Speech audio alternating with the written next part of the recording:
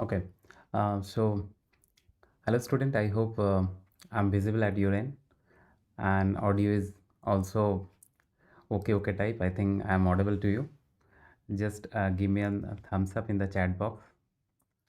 Yes. Okay. Fine. Perfect. So, my backend team is working on the PPT view, but I think we should start it. Audio is okay. Okay. Okay. So we are without spending much of the time, we are directly going into this discussion. So here I am going to discuss the important topics in physiology. So, and this session, as you know, specially dedicated for the FMG students, so FMG 2026 exam, and we are going to discuss the physiology. So what we will be discussing here, yes, we'll be covering all.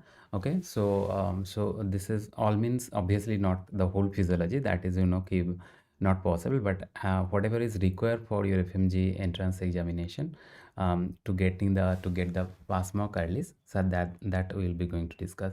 All the sessions are going long, so no need of asking how long it will go. I'll try to finish up as quickly as possible, right? Okay. Okay, sure. So without spending much of the time, we are directly going into the discussion. So first topic that we are going to discuss is the respiratory physiology. Okay, so um, PPT is not moving. Okay. Just hold on. PPT is not going.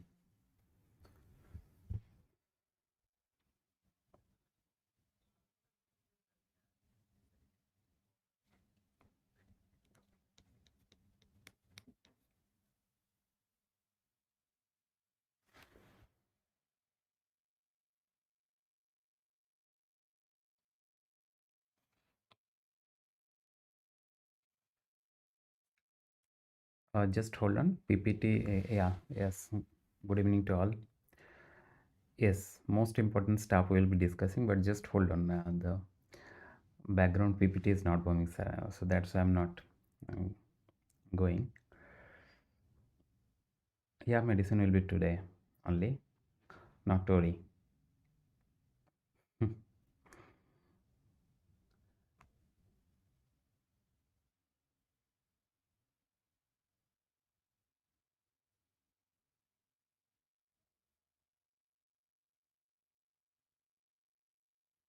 Physio is hard, yes, because you don't read physio much. You concentrate mainly on other subject. You don't give adequate time for physio. That's why it's hard. It's not that much hard, my dear. Um, yes. So whatever way, but you should be positive. You know, कि someone is saying prayer करके जाना चाहिए and all, Hanuman Chalisa, but you should be positive. You know, कि whatever you are thinking that is going to happen. So if you are thinking that you are going to answer all the questions correctly, most of the cases that is going to happen. So yeah, it's stuck. I know. Start करेंगे भाई. I'm just waiting for the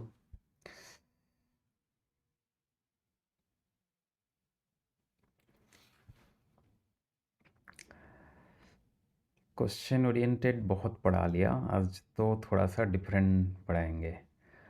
आपको लगेगा कि at least एक topic cover up हुई है, so that confidence would be there, you know, कि question oriented पढ़ाने का advantage is there, also disadvantage is there. Advantage is for my purpose, it will be I can finish up physiology easily, question oriented. But thing is that ki if I go question oriented, you will not get the feel that you have read the whole physiology.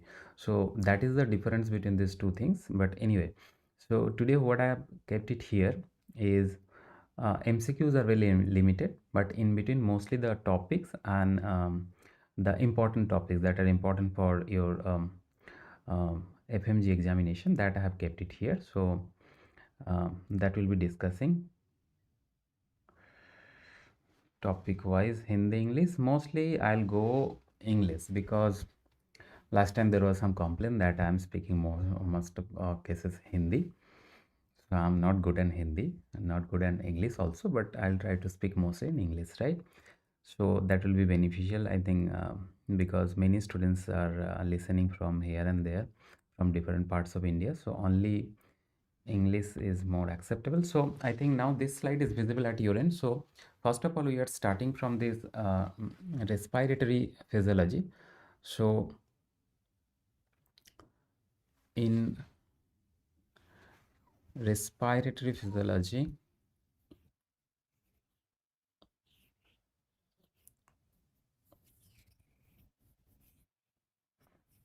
yes, dear, thank you so much. Just wait. Yeah. So this maximum resistance slide you are getting at your screen now. So there was an MCQ, I think couple of MCQs in NEET as well as in your FMG exam. Question was there that when the air flows through the respiratory tract, okay, resistance of airways is maximum at which part of the respiratory system? So you know ki resistance depends on the diameter of the airways. So more, less the diameter, more will be the resistance. But in that way, if you think so, the highest diameter should be at the level of the alveolar duct. But that is not the answer of this question. So that's why it is frequently asked that what the airway, which part of the airways has maximum resistance. So here you have to remember that it is a lobar or segmental bronchi. Okay, that contain that is the site of maximum airway resistance.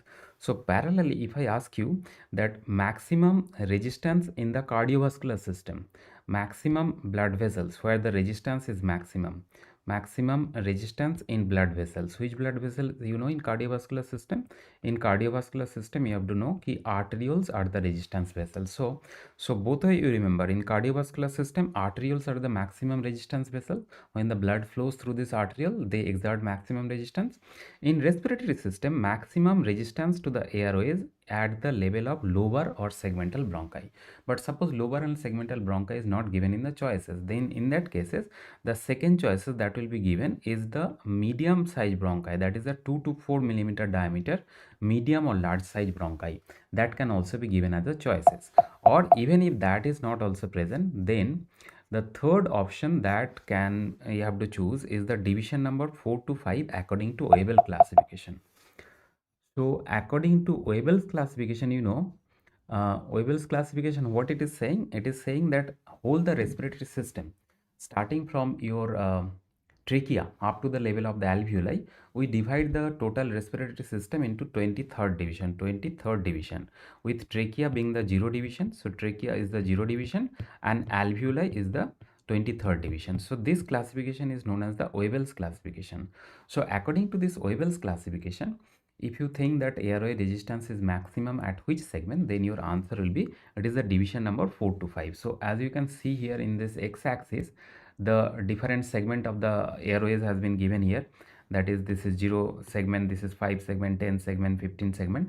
So maximum airway resistance, as you can find out here, this is in and around division number 4 to 5. Okay, so three things you have to remember. Airway resistance maximum कहाँ पे है? Maximum airway resistance, okay, इधर you have to mark लोबर और segmental bronchi anatomically, और division number 4 to 5 according to Weibull's classification, or 2 to 4 millimeter diameter airways. Okay, so these three things you have to remember about maximum airway resistance. Now everybody listen carefully, try to answer. If I ask you that airway resistance is maximum at which lung volumes or lung capacities? Airway resistance is maximum at which lung volume or at which lung capacities? What will be your answer? So you have to remember another things, that maximum resistance of airways is at residual volume. You know residual volume? So whenever you expire forcefully, okay, expire forcefully, both the lung is fully compressed, in that condition the minimum air that remains in the lung, that is known as the residual volume.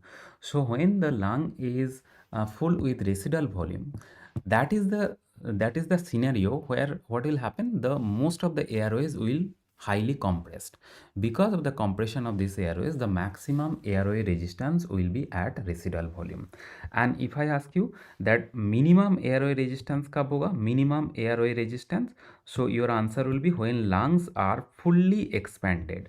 So if you take a deep inspiration, after the deep inspiration total amount of air which present in the lung, that is known as the total lung capacity. So also remember that airway resistance is minimum when lung is fully dilated, that is the total lung capacity, and airway resistance is maximum when lungs are fully compressed, that is the residual volume. So this five important information from this slide you have to remember. Okay, next one, you must know that this surfactant is produced by which cell. No one is going to ask you, but again you will find out this question multiple times in your FMGE examination. So type 2 pneumocyte is secreting the surfactant, but apart from that I will say please try to remember that this is a frequent question, that which is the most common phospholipid in the surfactant. So your answer will be DPPC, dipalmityl phosphatidylcholine, which is also known as lecithin. So this lecithin was given in the choices, so you have to remember that is the lecithin is the answer, that is the maximum phospholipid present in the surfactant, right?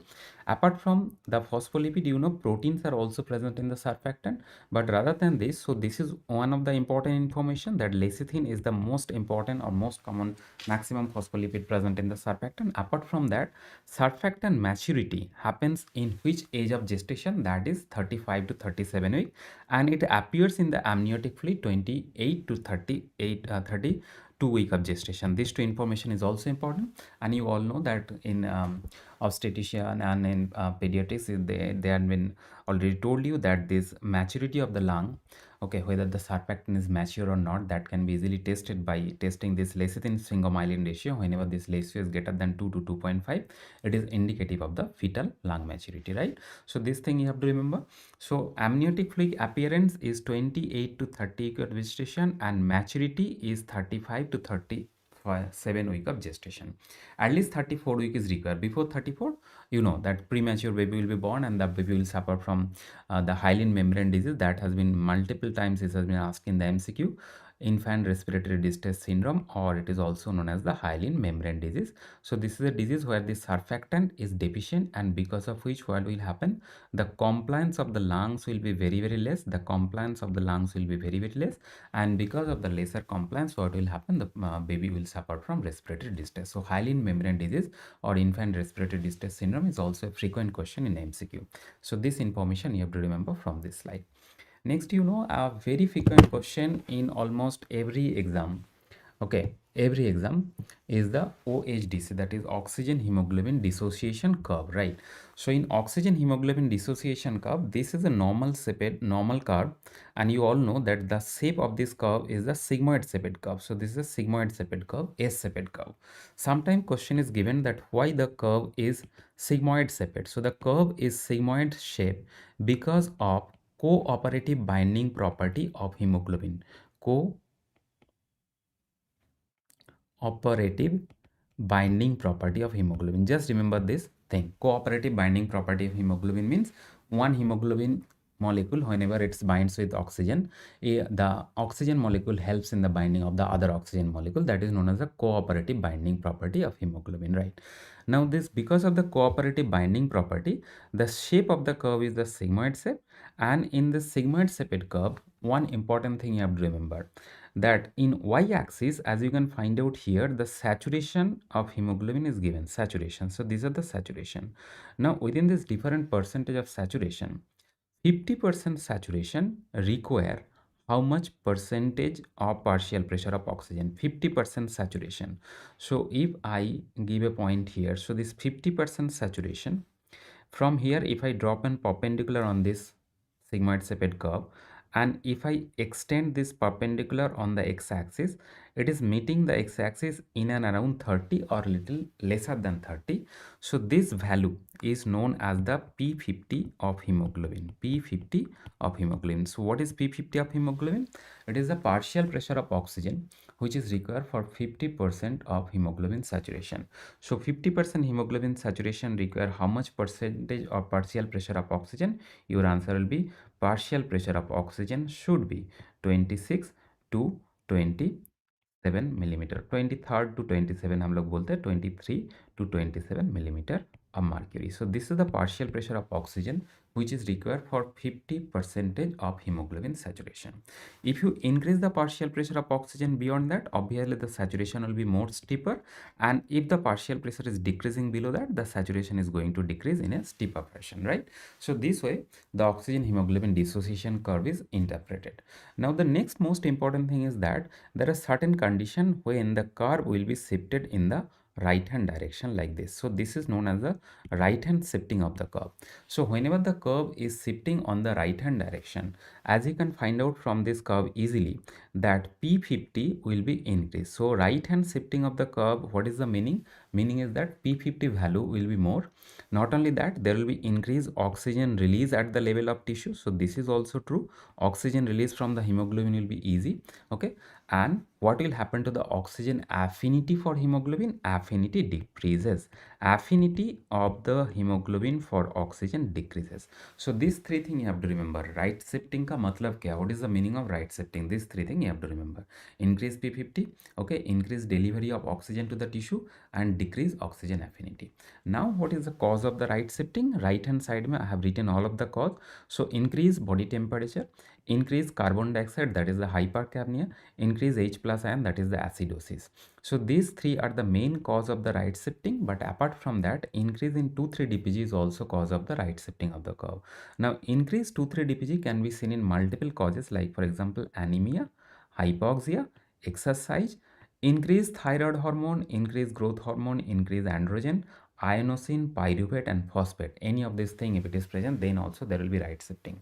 But here you should not forget that this exercise is cause of a right shifting of the curve, as well as this increased hypoxia, that is high altitude, hypoxia in high altitude, that is also a cause of the right shifting of the curve. Multiple times it has been asked this thing, right? So please remember at least this highlighted part, so that you should not forget that hypercapnia acidosis ये तो right shifting का cause है ही उसके साथ तो increase in 2,3-DPG is also cause of the right shifting. Now, if the right shifting of the curve is happening only because of the increase P50, increase H plus ion or increase PCO2, then and then only that right shifting will be known as the Bode's effect. So, Bode effect is right shifting of the oxygen hemoglobin dissociation curve only because of the change in carbon dioxide and pH. Okay, if the curve is shifting on the right side because of the other reason, that is not the Bode effect. Bode effect is only increase unloading of the oxygen at the tissue due to increase carbon dioxide or increase H plus ion at the level of tissue, that is Bode effect, right? Hypercapnia and acidosis causing right shifting, that is also Bode effect. Okay, now apart from right shifting, you also know that left shifting is also very important. So left shifting means whatever is causing the right shifting, if you just opposite, if you do that opposite thing, so left shifting will happen. Like for example hypothermia, okay, alkalosis, okay, hypocapnia, decreased carbon dioxide, that is causing left shifting. But apart from that, there are certain special situation, like for example they multiple time ask you that fetal hemoglobin, which kind of shifting will be there? Left shifting. What is the cause of left shifting in fetal hemoglobin? So fetal hemoglobin, you all know, it does not contain beta chain. Rather than beta chain, it contains alpha chain. So what is the disadvantage of that? Disadvantage or advantage, whatever you say, because the fetal hemoglobin is not containing beta chain, and the beta chain of hemoglobin is the part of the hemoglobin which binds with the 2,3-DPG. So beta chain binds with the 2,3-DPG. This is another separate question. 2,3-DPG, it binds with which chain? Beta chain of hemoglobin. Okay, one molecule of 2,3-DPG binds with one molecule of hemoglobin. So 2,3-DPG binds with beta chain. So if the beta chain is not present, 2,3-DPG binding will not be there. If the 2,3-DPG is less, what will happen to the shifting of the curve? The curve will shift to the left shift. So that's why you have to remember fetal hemoglobin left shifting because of the absence of the beta chain, right? So 2 alpha chain, 2 gamma chain, no beta chain, so that's why left shifting. Then storage of the blood. Whenever you store blood in the cold temperature storage means the glycolysis process will decrease, that will decrease the 2,3-DPG. Apart from that, in cold storage of blood, the reduced 2,3-DPG content will also causes left shifting. Now carbon monoxide poisoning, an additional cause of the left shifting. All of you know the carbon monoxide has 250 times higher affinity for hemoglobin in comparison to oxygen? That is a separate question. Carbon monoxide, higher affinity for hemoglobin. How much time? 200 to 250 times, right? So because of this high affinity of carbon monoxide with hemoglobin, what will happen? The remaining oxygen which is already attached with hemoglobin, those oxygen will not be able to release from hemoglobin. That means after binding with the carbon monoxide, the remaining oxygen which is present in the hemoglobin, they are not going to be released easily. Means higher affinity oxygen. Higher affinity oxygen means which kind of shifting is going to happen? Left shifting of the curve is going to happen. Met hemoglobin. Okay, so the iron which is present in the hemoglobin, if that is converted into ferric form, that is met hemoglobin. So high affinity for oxygen. Because of this thing, the similar reason like that of the carbon monoxide poisoning, it will also causes left shifting of the curve. And the thalassemia is also cause of the left shifting because of the some unknown reason. So at least you remember the fetal hemoglobin, storage of blood, and carbon monoxide poisoning for your upcoming exam, right? Next question is hypoxia. So if you look at your FMG exam, so hypoxia every alternate year में they gives a frequent question from hypoxia. So these are the 4 types of hypoxia. So what I'm going to remember in brief, you're going to remember that hypoxia means the main thing that is going to happen is a decrease in the partial pressure of oxygen in the arterial blood. So the arterial blood partial pressure of oxygen is reduced, and whenever the arterial blood partial pressure of oxygen is reduced, what will happen to the saturation of hemoglobin with oxygen? Saturation will decrease. Saturation decrease होगा तो what will happen to the content of oxygen? Content means amount. Content of oxygen in arterial blood. Content of oxygen CO2 लिखा जाता है CaO2. So I'll write down CaO2. CaO2 also decreases, okay, and CvO2 also decreases. CvO2 also decreases. But there is a question that what happens to artery venous oxygen difference? You have to remember artery and venous ka oxygen difference remain normal. So important thing you have to remember, the decreased partial pressure of oxygen in the blood and artery venous oxygen difference is normal. That is 2 important things they are asking you regularly in MCQ. Second is the anemic hypoxia. So in anemic hypoxia, partial pressure of oxygen is normal, but what happens to the content of oxygen in the arterial blood? It reduces. And what happens to the content of oxygen in the venous blood? It is also reduces. Because both are reduced, what happens to the artery venous oxygen difference? It is also remain normal, okay. But because the hemoglobin is less, so the person will suffer from anemia. So all of you know that anemic hypoxia not only happens in anemia, but also in carbon monoxide poisoning and met hemoglobin in all the cases. So anemic hypoxia means simple anemia, carbon monoxide poisoning, and met hemoglobin. All will causes met hemoglobin, anemic hypoxia. Okay, okay. Now coming to the stagnant hypoxia. Stagnant hypoxia means due to any reasons, if the blood is not constantly flowing in your blood, if it is not flowing inside your vessel, that means suppose the heart failure, okay, so the blood is not flowing through the tissue adequately continuously, so that is stagnant hypoxia. Heart failure is one of the cause. So in these cases also partial pressure of oxygen in the arterial blood is normal, and what will happen to the content of the oxygen in the arterial blood? It will also remain normal, but the content of the oxygen in the venous blood will be reduced. Because see, blood is not flowing to the level of the tissue, but blood is not flowing, but what will happen? The tissue will demand oxygen more and more from this arterial blood, so tissue will extract huge amount of oxygen from this blood, and because of which what happens, the venous blood oxygen content decreases, because of which artery venous oxygen difference increases. This is the MCQ which has been asked. Increased, okay. So artery venous oxygen difference increased in stagnant type of hypoxia, right? And in histotoxic hypoxia, all of you know that the main cause of histotoxic hypoxia is the cyanide poisoning, or the beriberi, that is the vitamin B1 deficiency severe, that is also. So here PO2 is normal, everything is normal, CaO2 is normal, content of oxygen in arterial blood is normal, content of oxygen in venous blood increases a little bit rather than normal. Normal se bhi increase, it is increased more than normal also, because of which the artery venous oxygen difference decreased. This is again a MCQ which they are asking frequently. So this artery venous oxygen difference in 4 different types of hypoxia you have to remember. Okay, so this is the important, this highlighted things are important that I am saying here. These highlighted things are very important, you have to remember. Okay, now after hypoxia, the next part in the respiratory physiology is the high altitude physiology. So just now we have discussed in high altitude there is hypoxia. Which kind of hypoxia? That is a kind of hypoxia. So hypoxia means the partial pressure of oxygen in the arterial blood is decreased, because of which the oxygen content is also reduced. Now this hypoxia is going to stimulate the chemoreceptor. Okay, so because of the stimulation of the chemoreceptor, what is going to happen? There will be increase in ventilation. So ventilation increases in high altitude, and whenever ventilation increases, you are going to wash out the carbon dioxide. Carbon dioxide wash out from the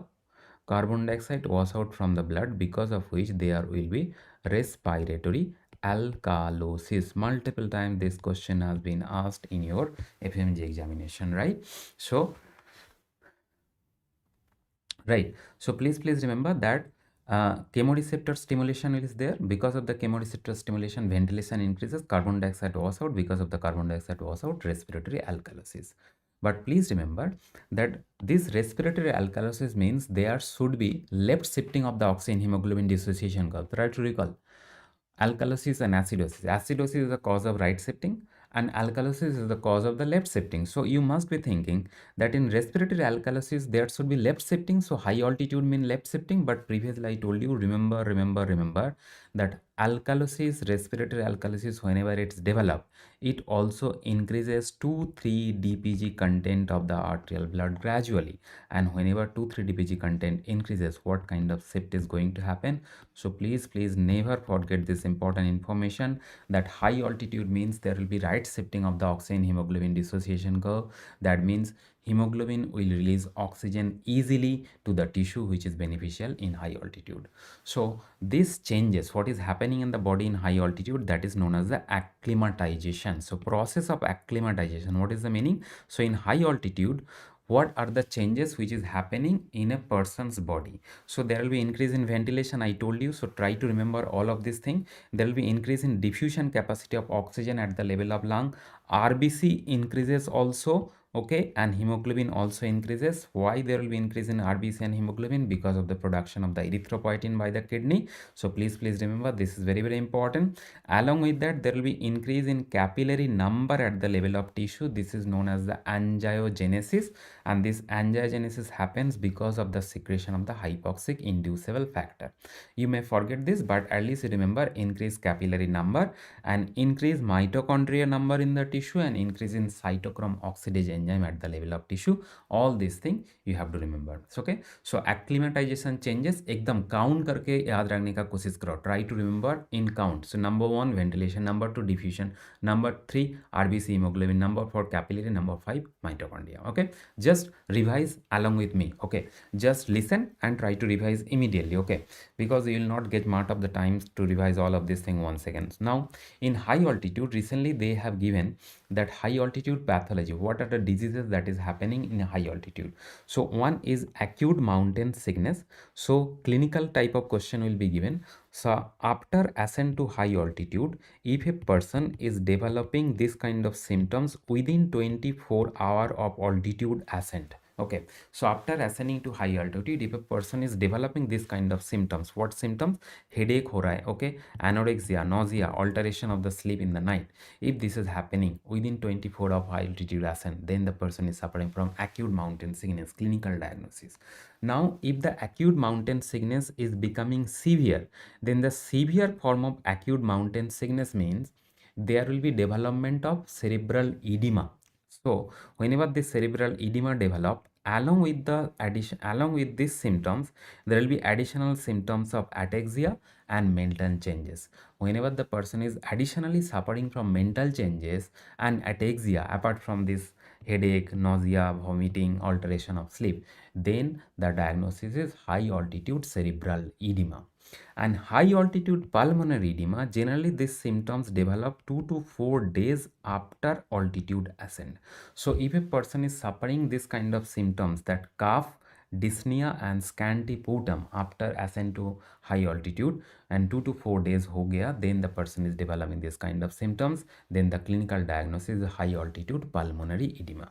Now the treatment for this condition, which has been asked in NEET PG, that immediately the person has to descend to low altitude scenario. Along with that, supplementation of oxygen. So oxygen is the most important treatment in high altitude pathology, whether it is high altitude cerebral edema or high altitude pulmonary edema. एक बार आपको ध्यान रखना होगा कि the person has to descend immediately, and oxygen is the main treatment. So the treatment of choice is oxygen, right?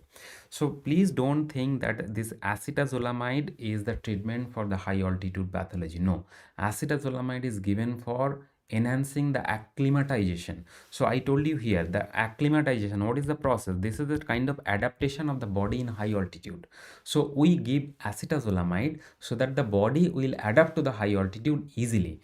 But whenever the person has already developed the pathology like acute mountain sickness, okay, high altitude cerebral edema or high altitude pulmonary edema, then the first thing that you have to give is the oxygen, because it is the hypoxia which is the causing the main pathology, right? So oxygen is the most important thing. Apart from that, certain drugs are also given, as you can find out here, that corticosteroid is mainly given for HACE, high altitude cerebral edema, and acute mountain sickness. And this calcium channel blocker like nifedipine is given mainly for the HAPE. So for pulmonary conditions, high altitude pulmonary condition, calcium channel blocker nifedipine is given, and for cerebral kind of thing, corticosteroid is the treatment which is given, but treatment of choice is always oxygen. Okay, right. Guys, stop discussing the things, try to look at here, because you will miss, and I don't know whether you are going to get the PDF or not. So now after the respiratory physiology, the most important thing that we have discussed, now we are going to discuss the renal physiology. So in renal physiology, you know, the first thing that you have to read is the GFR. What is the net filtration pressure for GFR? Net filtration pressure. So the net filtration pressure, sometimes it can be given as in mathematics, that means mathematical calculation. I have seen in FMGE also that the kind of calculation they are giving. So you have to remember that whenever the blood is reaching at the level of this capillary, it will exert some hydrostatic pressure, which is known as the PC. Hydrostatic pressure always try to push the fluid from capillary towards the Bowman's capsule thing, and Bowman's capsule also contains certain amount of fluid, because of which the hydrostatic pressure will also be there at the level of Bowman's capsule. So the Bowman's capsule hydrostatic pressure, it exert the force in the opposite direction. So if I say this is PB, suppose this hydrostatic pressure of Bowman's capsule, so it will exert pressure in the opposite direction, right? Okay, so net hydrostatic pressure will be PC minus PB, right? This is the net hydrostatic pressure which is exerted from capillary to the Bowman's capsule. Now apart from the hydrostatic pressure, you know that plasma protein is there in the blood, because of which there will be oncotic pressure. So oncotic pressure of the capillary is pi C. It will try to drag water from the Bowman's capsule towards the capillary, and oncotic pressure of the Bowman's capsule, that is pi B, it will try to drag water from the capillary. So what will be the net oncotic pressure? Pi B minus pi C. This is the net oncotic pressure, and this formula is based on Starling law. I believe you have heard this name, Starling formula, in cardiovascular system. So this is the formula which is used to calculate filtration of fluid from capillary to the tissue space, or from capillary to Bowman's capsule. Getting my point? Suppose a question is given that one capillary is there and one tissue is there. How much fluid is going to go out of the capillary? What is the net pressure for which the fluid is going out of the capillary? Then also you have to exert the same formula. You have to use the same formula. So if this is the capillary, okay, if this is the capillary and outside this is the tissue, how much fluid is going to go out of this capillary, or how much fluid is going to enter in the capillary? It will be determined by hydrostatic pressure of the capillary and oncotic pressure of the capillary, hydrostatic pressure of the Bowman's capsule or tissue, or oncotic pressure of the Bowman's capsule or tissue, and this is the formula. By using this formula, you have to remember this value. If I ask you what is the net filtration pressure at the level of glomerular capillary, normal filtration pressure at the level of glomerular capillary in the kidney, it is 10 millimeter of mercury. 10 millimeter of mercury, don't forget. Okay, now apart from that, there is a question that if there is afferent or efferent arteriole constriction, efferent arterioles constriction, afferent or efferent arterial constriction, renal plasma flow will always decrease. एकदम gist मैं आपको बता रहा हूँ, एकदम gist. Okay, so afferent constriction or efferent constriction, whatever, renal plasma flow will always reduce, but effect on GFR is different. If there is afferent constriction, right, then GFR also decreases. But if there is efferent constriction, GFR increases. But later on, GFR will decrease, but that is for severe constriction of the efferent arteriole. So please remember, the bottom line is that if there is constriction, whether it is afferent or efferent, what will happen to the blood flow or plasma flow? Decreases. Why? Don't, अभी time नहीं है. Okay, अभी के लिए आपको ध्यान रखना होगा, जो मैं बोल रहा हूँ ट्रस्ट करना होगा. सो afferent constriction or efferent constriction, both the cases, renal plasma flow, blood flow decreases. But afferent constriction, GFR also decreases. Efferent constriction, GFR increases. But if the efferent is severely constricted, तो GFR decrease हो सकता है, but that is severe constriction. Normally GFR increases. So if I say afferent dilation, so what will happen? If I say afferent dilation, what will say? Renal plasma flow increases. Efferent dilation, what will happen? Increases. Renal plasma flow increases. Just opposite two things will happen if there is dilatations. And if there is afferent dilatation, what will happen to GFR? GFR increases. If the efferent is dilated, what will happen to GFR? GFR decreases. Getting my point? So that's why I am writing only the constriction portion. Dilation means इसका opposite होगा. That is the thing you have to remember about GFR. समझ में आया? Okay. Next thing is JG apparatus. So JG apparatus, 3 component, all of you know. So among these 3 components, JG cell is the most important. So what is JG cell? JG cells is the modified smooth muscle cells. Modified smooth muscle cells of afferent arteriole. Smooth muscle cell of afferent arterioles. Okay, don't forget this. And this is the cell which is also known as the granular cell of kidney, because it contains renin granules. Okay, renin granules. So renin containing granules are there in the JG cell. That's why this cells is also known as the granular cell of kidney. Now there are certain stimulus which are important to be remembered for the renin secretion. So what are the stimulus for renin secretion? Decrease blood pressure due to any cause. Okay, decrease blood pressure, increase sympathetic system stimulation, so via beta 1 receptor, or increase in PGE2 or PGI2, PGE2 or PGI2 prostaglandin. All of them are the stimulus for renin secretion. So please remember, renin is secreted from JG cell, and what is the main stimulus for secretion of this renin from the JG cell? Decrease blood pressure, hypotension or decrease blood volume. PGE2 or PGI2 is also there, but most important thing को पहले ध्यान रखो, decrease blood pressure and increase sympathetic system stimulation. These are the main 2 things for renin secretion. Now whenever I say renin, apart from renin, you know, from the kidney, the erythropoietin is also secreted, which you have discussed in the respiratory physiology, in high altitude physiology. So erythropoietin is secreted from which cells? Peritubular capillary cells of kidney. Peritubular capillary cells of kidney. Apart from that, NORN, Nord cell of kidney.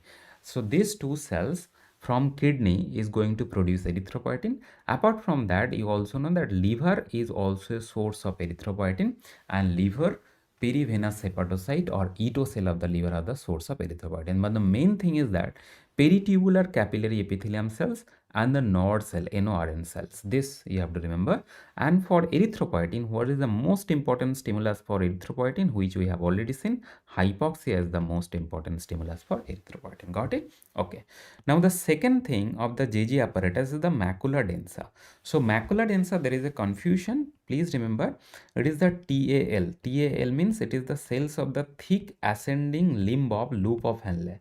the cells of uppermost portion of the thick ascending limb of loop of Henle is the TL. Adenosine is also a stimulus for renin secretion, but that I am not discussing here. That is a less importance. Okay. So TAL, if it is not given in the choices, then you go for the DCT. But the most important cells is the macula densa cells. Where it is located, you have to remember uppermost portion of the thick ascending limb of loop of Henle. And macula densa cells, it is a chemoreceptor cells. Chemoreceptor cells, it can sense a certain chemical in the lumen of the tubule, that is sodium and chloride. Only this much of information is required for macula densa cell.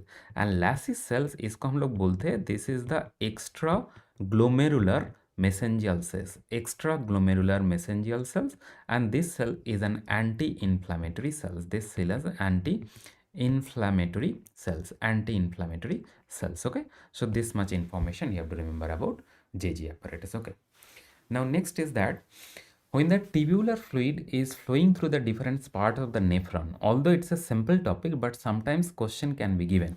So whenever the tubular fluid is flowing through the proximal convoluted tubules, throughout the proximal convoluted tubules, the fluid remain isotonic in nature.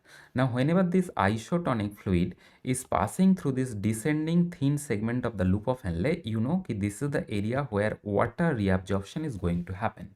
And because of the water reabsorption but without any solute reabsorption, what will happen? The tonicity of the fluid will be increased, that is hypertonic in nature. Okay, now when this hypertonic fluid is flowing through the thick ascending limb of loop of Henle, again it will be converted into isotonic in the uppermost portion of the thick ascending limb of loop of Henle, and then the fluid will be converted into hypotonic at the level of the distal tubule. So up to this level there should not be any confusion, I believe. But the thing is that after the fluid, when it is reaching at the level of this collecting duct or collecting tubule, what is going to happen? The ADH is the hormone which is going to decide whether the urine will be hypotonic or hypertonic. So if I ask you, the tonicity of the urine is determined by which segment of the nephron mainly? It is the ADH secreting segment. So look at here. So if the ADH is there, so ADH कहाँ पे काम करते हैं? Collecting duct में काम करता है. If the ADH is positive present, then it is going to reabsorb water from the collecting duct. And if you reabsorb water from the collecting duct, this hypotonic urine which was there at the level of the distal tubule, this will be hypertonic again, hypertonic again. So whenever the ADH is positive, the maximum tonicity of the urine is at the level of the end of collecting duct. This is an MCQ.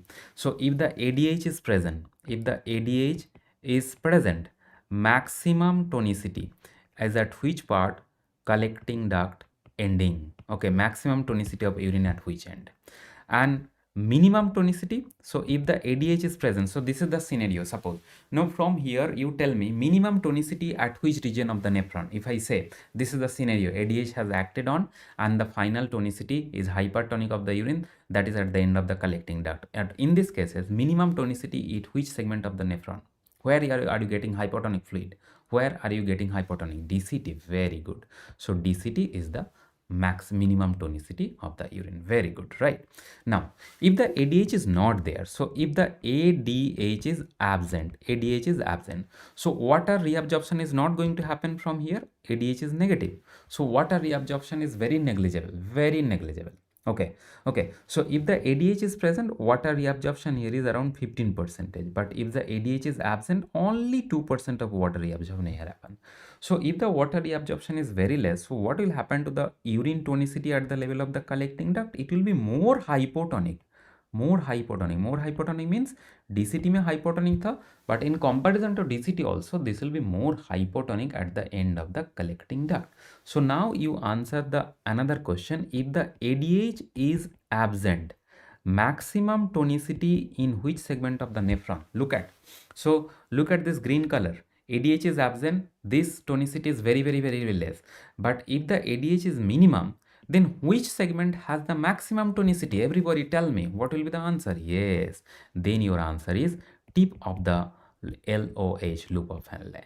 And in these cases, if I ask you minimum tonicity in which segment of the nephron, now you answer minimum tonicity. ADH is absent, minimum tonicity where? Okay, minimum अभी minimum का answer करो. ADH is absent. What is the minimum tonicity?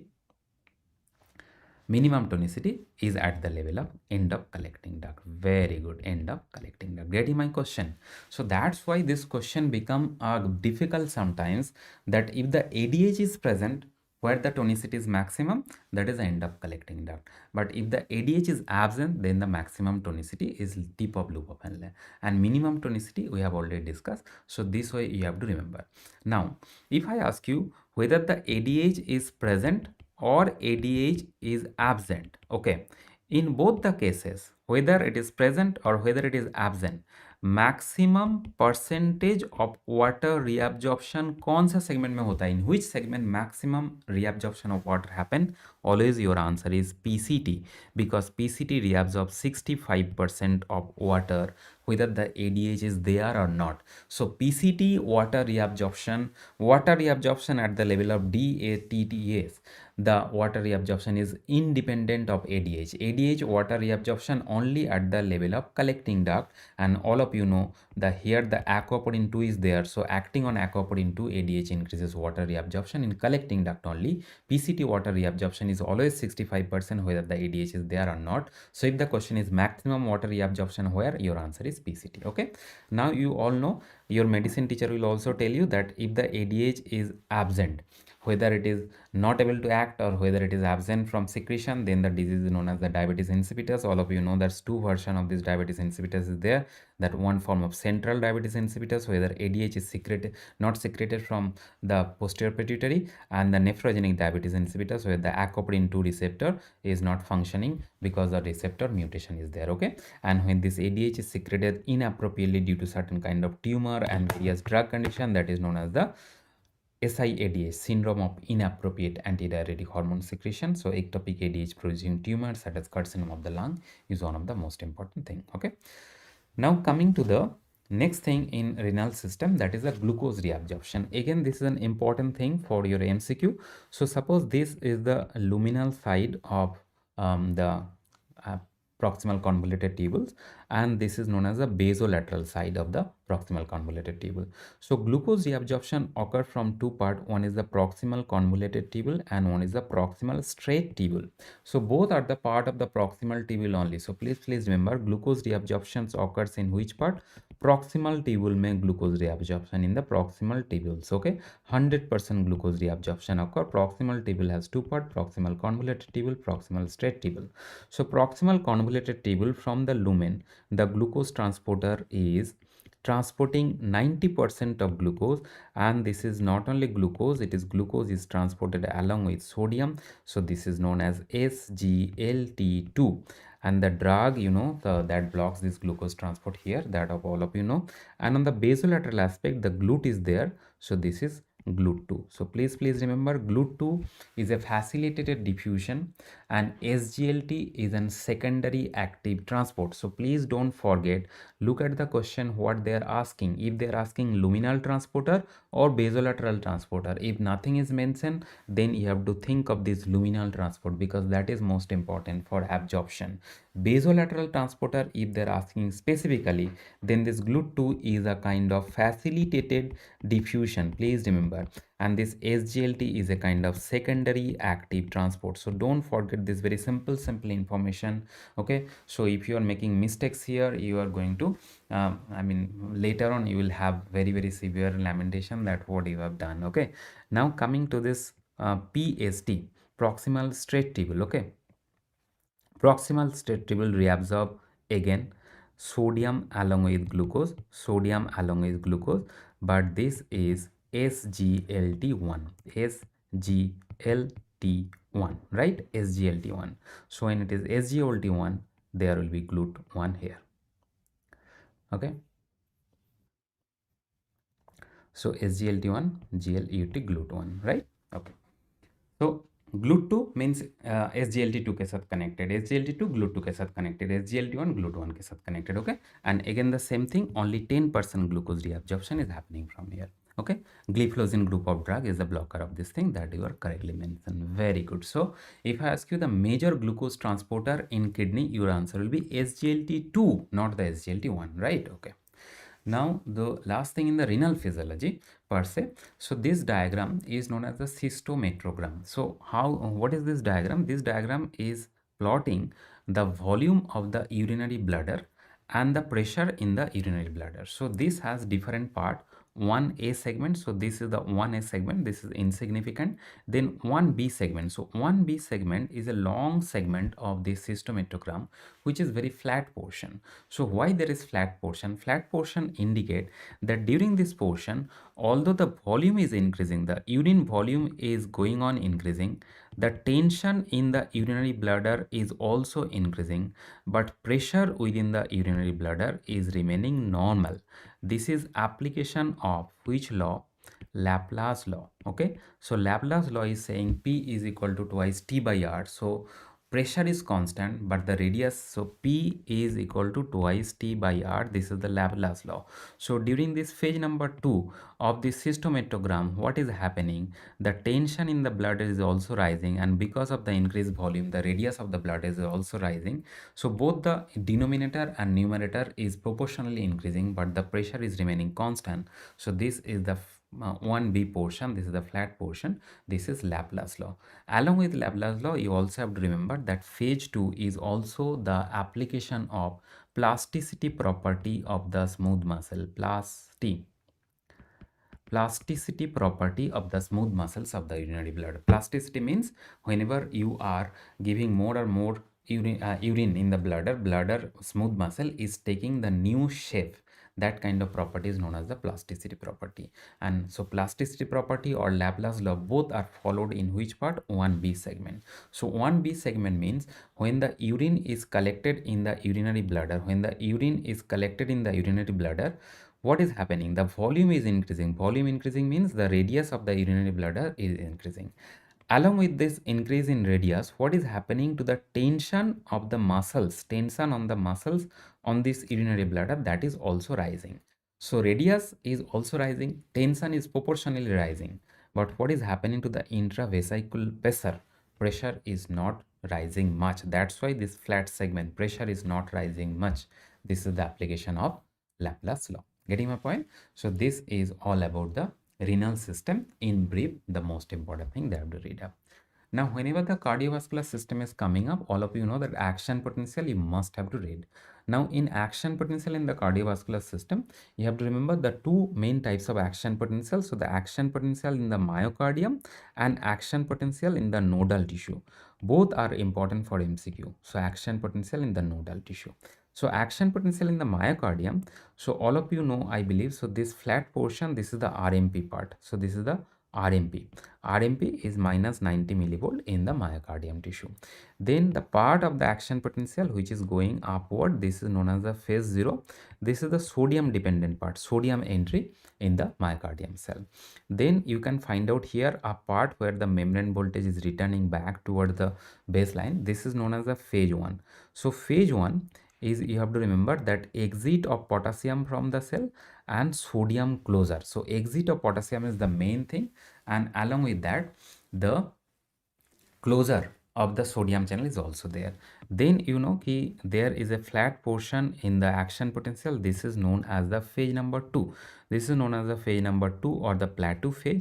So here there will be entry of calcium as well as there will be exit of potassium. Both the ions are there in the phase number 2. And then the phase number 3 is there. Phase number 3 is known as the repolarization phase of the action potential. So this is due to exit of potassium. Exit means outside movement. So outward arrow means, upward arrow means that is the outside movement. Exit of potassium, efflux of potassium, and downward arrow means that is the influx of sodium. Okay, so this way you have to remember this thing. This, I think all of you know this thing. This is very simple.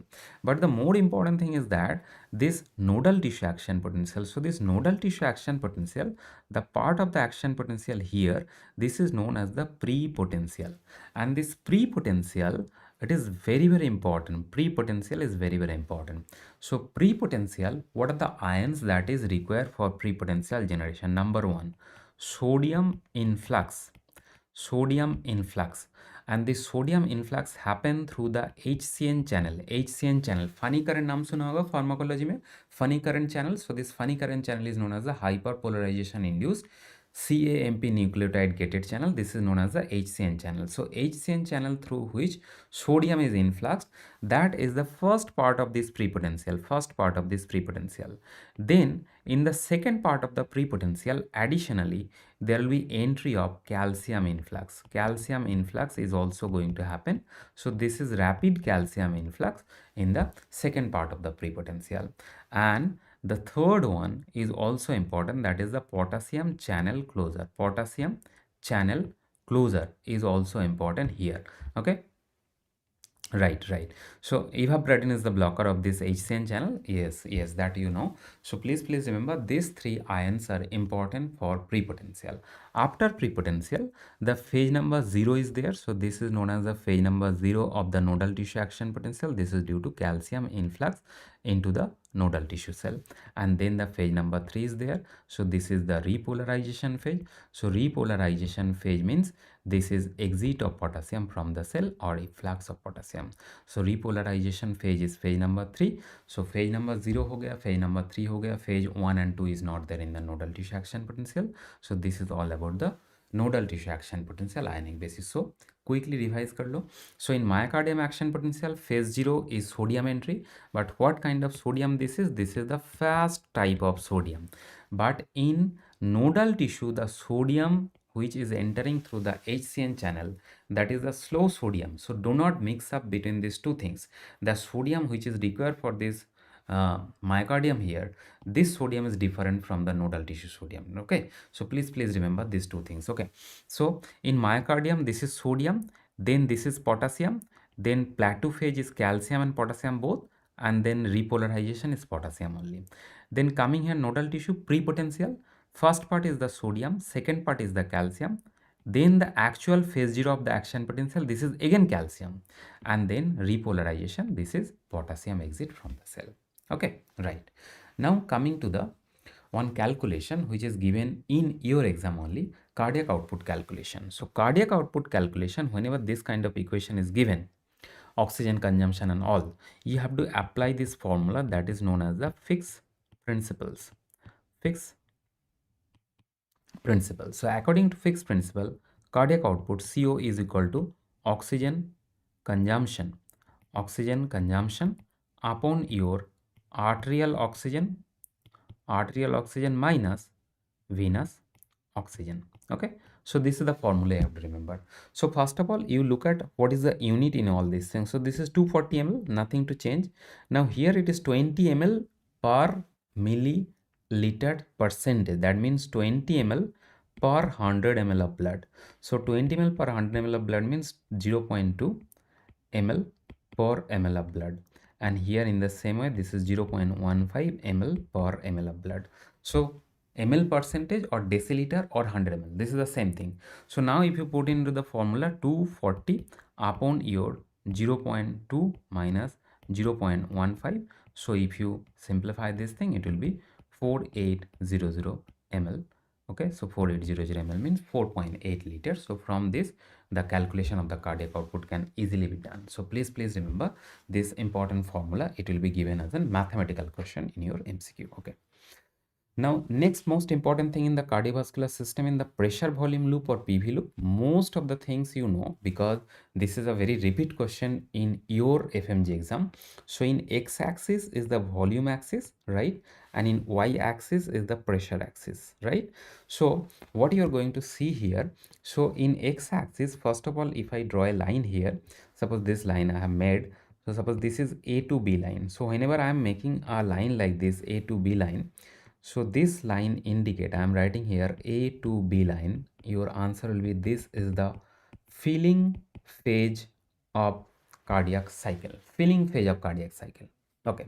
Then whenever I am drawing a line like this from the B, a line is going upward direction like this. So what is the meaning of this line? Meaning of this line is that the volume is remaining same in this line. The volume is remaining same volume, but pressure is rising more and more. This will only happen if the heart is contracting with all the valves closed. All the valves closed means blood is not going out of the chamber, but the heart is contracting strongly. So what will happen? So suppose this is B to C.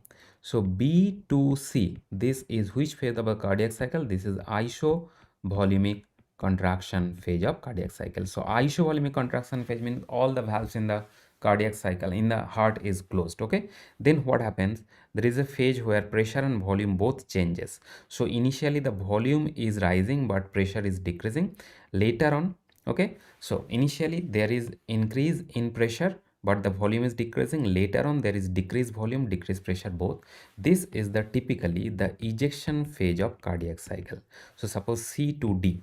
So the C to D is the ejection phase of cardiac cycle, ejection phase of cardiac cycle. And after ejection, the ventricle will go for a complete relaxation with all the valves closed. So from this D to A, this is the isovolumic relaxation phase of cardiac cycle, relaxation phase of cardiac cycle. Now this is forming a loop and this loop is known as the PV loop. Now here you have to remember that point number B. So quick discussion, point number B, the volume which is present at this point number B is known as the end diastolic volume. Why it is required to be remembered? Because sometimes from the pressure volume loop they will ask you calculate the ejection fraction. So all of you know that ejection fraction, you require the stroke volume, you require the end diastolic volume multiplied by 100. So stroke volume, how you are going to get? So at point number A, volume which is remaining, it is known as the end systolic volume. Sorry, so this is known as the end systolic volume, and the volume at point number B is known as the end diastolic volume. So difference between these 2 points from the x-axis marking, this is your stroke volume, right? This is your stroke volume. So you require stroke volume, you require end diastolic volume, you can get easily the cardiac ejection fraction. Same way you can get the cardiac output also if the heart rate is given in the questions, right? Now apart from that, the point number B means this is the beginning of the systole of the heart, and this is the point where the closure of the mitral valve is going to happen. So closure of the mitral valve means all of you know that this is the first heart sound point, right? Then at point number C, ejection of the ventricle is starting. So when the ejection will start? When the aortic valve is going to open. So aortic valve opening point is going to happen here at the point of ejection, aortic valve opening. So obviously the point number D means there will be closure of the aortic valve. So this is the closure of the aortic valves, okay? And whenever the closure of the aortic valve is happening, this is the second heart sound is going to happen. And point number A, as you can rightly predicting, so this is the point where the mitral valve is going to open, and whenever the mitral valve is opening, what is going to happen? The filling of the heart will start. So this is the point where the filling will start, and again more and more volume will increase in the, okay? So this way the pressure volume loop you have to remember. But apart from normal pressure volume loop, you have to remember certain abnormality of the PV loop. So if there is regurgitation, whether it is mitral regurgitation or aortic regurgitation, you remember that there will be right shifting of the curve. So in both the cases, right shift of the curve, right shift of the curve. But if there is aortic regurgitation, additionally there will be upward shifting of the curve. So right and up in the aortic regurgitation, only right shifting, that is the mitral regurgitations, right? Then if it is mitral stenosis, then what kind of shifting is happening? The left shifting of the PV loop is going to happen. And if there is aortic stenosis, what kind of shift is going to happen? Upward shifting of the aortic stenosis is here, okay? So only for information, regurgitation means right shift, पहले ये याद रखो. Aortic stenosis means aortic valve is closed, more it is not opening easily, so heart has to pump more fully. So heart pressure has to increase very high. So pressure high means upward direction में pressure, x axis, y axis is the pressure, so upward direction move होगा, okay? And mitral stenosis means what will happen to the end diastolic volume? End diastolic volume will less. So if the end diastolic volume is less, from this you can easily understand end diastolic volume less means the B point will be shifted in the left hand direction. If the B point is shifting on the left hand direction, means the PV loop will also shift in the left hand direction. So this way you remember PV loop shifting in different valvular disease. Now apart from this PV loop, you know the Uyghur's diagram, is also important to be remembered, but Uyghur diagram is a very complex diagram here. So in Uyghur diagram, what is happening, the all phases of the cardiac cycle, isovolemic contraction, rapid ejection, reduced ejection, followed by the diastolic phase, isovolemic relaxation phase is given, rapid filling phase, okay, reduced filling phase, and atrial systole. All the phases of the cardiac cycle has been given. And if you look at here, the pressure change, so this is the aortic pressure change, okay, and this is the ventricular pressure change is given. Along with that, the atrium pressure change is also given. If you follow this curve now, okay, this is short session, but in detail session this can be explained in detail, but for the timing you remember this curve which I am drawing here, this is the change in the pressure of the atrium pressure change. If you plot in the right atrium, that is the JVP, and if you plot for the left atrium, that is the pulmonary capillary wedge pressure recording. But all of you know that in JVP or whether it is pulmonary capillary wedge pressure, this is the atrium pressure recording. It contains A wave, C wave and V wave, that is the JVP wave, all of you know, and there are some descent, that is the X descent and Y descent. All of you know this thing. Okay, so this is the JVP recording basically. Along with that, the heart sound recording is also there, and PQRS waves are also there. But what I'm going to remember from this, you have to remember the sequence, that kiske baad kaun sa cheez aata hai. That is the most important thing. So this diagram where I'm showing here, to remember this important thing, that if I look at in this diagram, can I say that P wave pehle aa raha hai ki first heart sound pehle aa raha hai ki second heart sound pehle aa raha hai? Can I say? No. From looking at the diagram, if you don't look carefully, you will not be able to say. So you have to remember. You have to remember how. Look at. So first of all, there will be P wave. What is P wave in the ECG? P wave in the ECG means atrial depolarization. If there is atrial depolarization, then and then only the muscle is going to contract. So atrium contraction is going to happen. Remember like this only. पहले electrical event चाहिए, first you require electrical event, then contraction, mechanical event बाद में आएगा. So first of all the atrium P wave, that is the atrium depolarization, electrical activity, then the atrium contraction. Now if the atrium is contracting, then and then only the atrium pressure will rise. Rise of atrium pressure is nothing but a wave in the JVP. So after the onset of atrium contraction, the JVP wave will rise. And when the atrium is contracting, blood will rapidly flow from atrium to ventricle. This rapidly flowing blood will produce a additional heart sound that is known as the S4, which is pathological mostly. Normally it is not heard. But if the cause of the S4 is asked, then your answer will be that atrium contraction means there will be rapid filling of the ventricle. Because of the rapid filling, the S4 will be generated. So first you have to remember this sequence, that P wave followed by atrium contraction, followed by A wave in the JVP, followed by S4. Right? Okay. Then coming to the ventricle. So in ventricle, first of all, QRS complex. What is that? Ventricular depolarization. Now, if the ventricle is depolarized, so ventricular systole will start, ventricle will start contracting. Whenever the ventricle is contracting, systole, at the beginning of the systole, you have seen here, try to correlate. You have seen here, whenever the ventricle is beginning its systole, what is happening? The first heart sound is happening at the beginning of the systole. So that's why whenever the ventricle is contracting or starting its systole, what heart sound you are going to get? You are going to get the first heart sound, so S1. Okay, and after the S1 there will be closure of the mitral valves. S1 means what? That is the closure of the mitral valve. So if the mitral valve is closed, so tricuspid valve is also closed. So after the closure of the tricuspid and mitral valve, you are going to get the C wave. That's why C wave and X descent will appear after the S1 heart sound. Getting my point? Now coming to the T wave. T wave means that is the repolarization of the ventricle in ECG. So first there will be repolarization, then there will be diastole of the ventricle, and at the end of the T wave, that at the end of diastole, the S2 is going to happen, and S2 correspond with the dicrotic notch in the aortic wave. So ये जो wave ना, ये जो wave इसको हम लोग बोलते हैं aortic pressure curve, aortic pressure. So in aortic pressure curve there is a notch here. This notch is known as the dicrotic notch. So this notch is known as the dicrotic notch here. Okay. So this dicrotic notch means first the second heart sound, then the dicrotic notch is appearing. Right?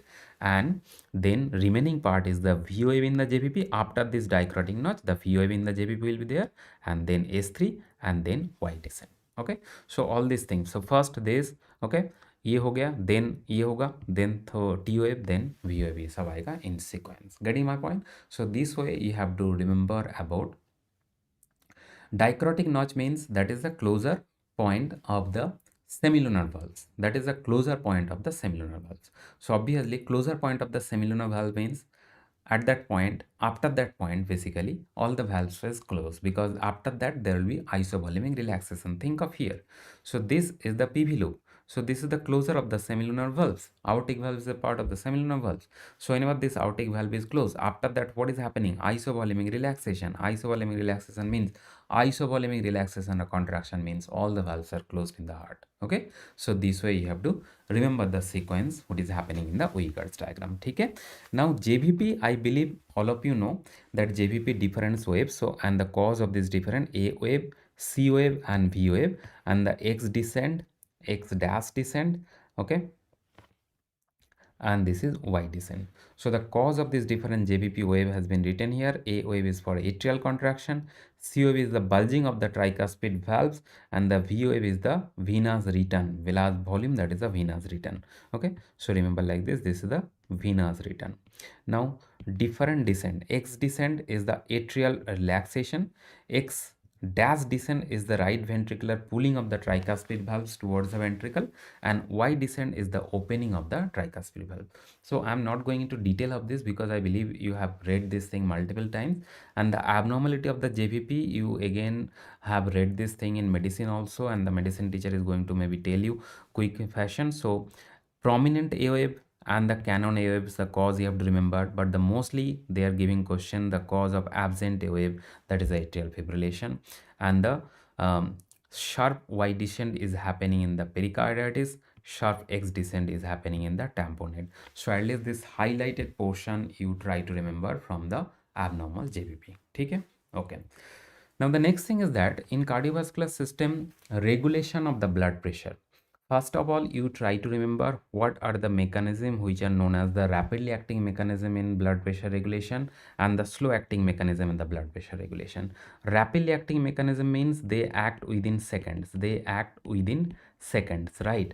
And long term mechanism means it basically require days to months to control. Okay, so first of all you try to remember this baroreceptor reflex is the rapidly acting control. Baroreceptor is a kind of stretch receptor which has been asked your MCQ, and this baroreceptor where they are located in the adventitial layer of the blood vessels at the level of the carotid sinus and at the level of the aortic arch, right, this way. And chemoreceptor is located at the level of the carotid body as well as at the level of the aortic body. So carotid body and aortic body, this is the two area where the chemoreceptor is located. Remember, chemoreceptor is activated by increased partial pressure of carbon dioxide, that is hypercapnia, increase H plus ion acidosis, and decrease partial pressure of oxygen, that is hypoxia. This is the bare minimum thing you should not forget about baroreceptor and chemoreceptor, right? Baki CNS ischemic response and epinephrine secretion, they are also part of the rapidly acting mechanism. Okay, इसके बाद ही होगा, maximum half an hour is required for me, उसके बाद होगा medicine. Okay, now renal fluid conservation mechanism, ADH, ANP, aldosterone, all these things they are part of the rapidly, I mean they are part of the long term mechanism. Okay, now here please remember this long term mechanism. Whenever we are talking about the renal fluid conservation mechanism, remember here that this renal system has infinity gain. Okay, so gain of the control system का meaning होता है the correction upon error. So gain formula is correction upon error. Correction upon error. So there was a recent MCQ in NEET PG that which control system has infinity gain. Please remember this long-term control system of blood pressure and long-term control system of blood pressure by kidney has this infinity gain. So renal fluid conservation mechanism, which is part of the long-term system, has infinity gain, right? This is all. Okay. Now certain reflexes, very briefly, these reflexes are coming in every alternate year in your FMGE examination. Bain-Bridge reflex, whenever there is increase stretch on right atrium, whenever there is increase stretch on right atrium, remember like this. So due to increased blood volume, suppose there is increased blood volume, so there will be increase in heart rate. This reflex is known as the Benwege reflex, right? Bejold-Jeris reflex. Okay, if there is presence of certain chemical, like for example capsaicin, ये chemical का नाम important है, serotonin, okay, veratridine, Veratridine. Okay, suppose a person in coronary angiography suddenly develop this kind of symptoms: decreased blood pressure, decreased heart rate, okay, along with apnea and vasodilation, coronary vasodilation probably. So this is Bejold-Jeris reflex. Okay, Cushing reflex. Increase in ICT, intracranial tension, means CSF pressure. If it is increased due to any reason, CSF pressure increased due to any reason, then what will happen? The person will have increased blood pressure, hypertension hoga. Along with that, there will be bradycardia, decreased heart rate. Okay, there will be bradycardia. There will be decreased heart rate. Okay, along with that, there will be respiration irregular respiration. This is known as Cushing reflex triad, right? Then you try to recall these three things. Yeah, yes, you have to remember. Okay, now Frank Starling law is saying increase stretch on myocardium, increase stretch on myocardium, okay, increases the contractility of the heart, increases the contractility of the heart. Okay, this is Frank Starling law. Bowditch effect is saying increased heart rate is increasing the contractility of the heart. And Andreff effect is saying increase after load is increasing the contractility of the heart. So all these cases there is increase in contractility. All these cases there is increase in contractility. But Frank Starling law is saying increased stretch on the myocardium is increasing the contractility. Bowditch effect is saying increased heart rate is increasing. Andreff effect is saying increase after load is increasing the contractility. So try to remember like this in a brief manner, otherwise you are going to mix up with one another. Okay, so that's why I have put all these reflexes in a same pages. Okay, now whatever we have discussed in the previous thing, that is the Frank Starling law.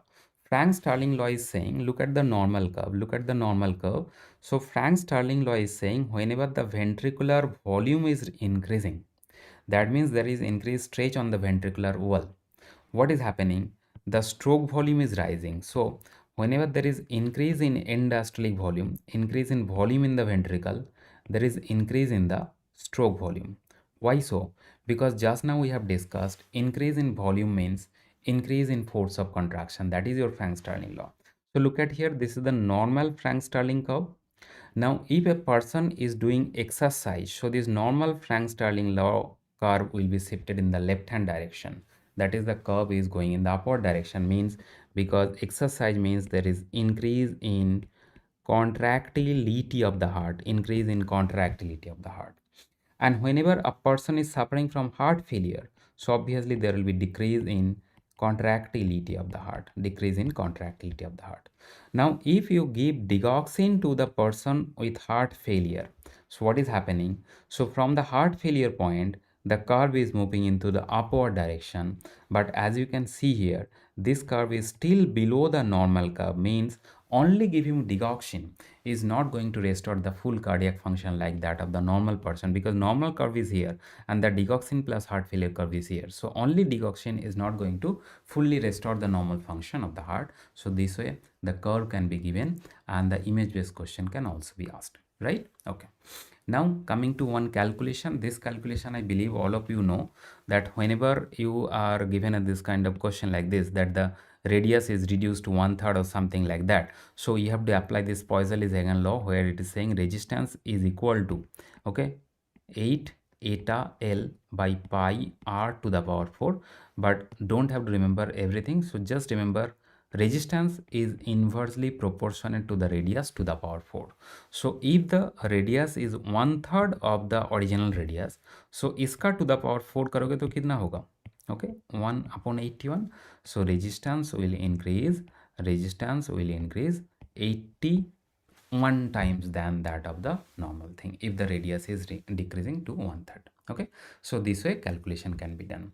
Now the last thing, in the cardiovascular system, certain type of vessels directly they are asking one liner question. What are the vessels which are known as the Windkessel vessels? So Windkessel vessel means it is the aorta, arch of aorta, vessels with high amount of elastic tissue. Conduit vessels means it is the arteries. Okay, resistance vessel we have already discussed. Who are they? Arterioles. Arterioles. So like I told you at the beginning slide that maximum resistance to air flow is the lower and segmental bronchus. In cardiovascular system, maximum resistance to blood flow, arterioles. Okay, so please don't forget, this is an important thing. Exchange vessel, all of you know, that is the capillaries, right? And conductance vessel is the venous system, the veins and vena cava, right? And the shunt vessel is also important for MCQ.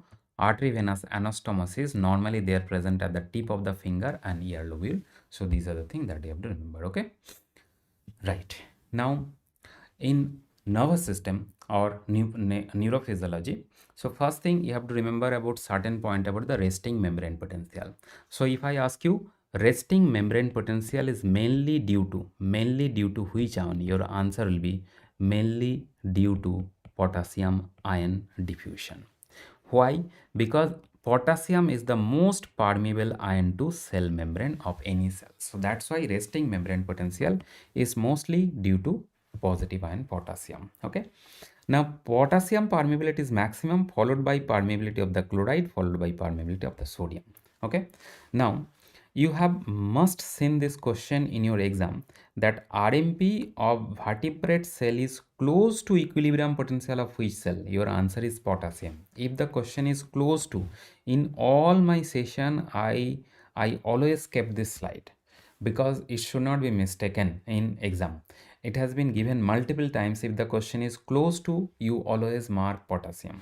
But if the question is equal to, then you look at which tissue they are talking about. So neuron RMP is equal to, neuron has an RMP of -70, that is equal to the chloride equilibrium potential. And if the question is about myocardium equilibrium potential, so myocardium has an RMP of -90, the potassium also has -90 equilibrium potential. So this way, if the question is about myocardium and if it is equal to, then and then only you mark potassium. Otherwise, if the question is close to, always answer is potassium. Okay, so this is the first thing. Now the second thing, we have discussed the action potential of the heart. Now the action potential of whether it is neuron or whether it is skeletal muscles, it contains the different phases. So first of all, you have to remember this depolarization phases is due to entry of sodium and this repolarization phases is due to exit of potassium. ये तो बिल्कुल ही भूलना नहीं चाहिए. I believe all of you know that thing.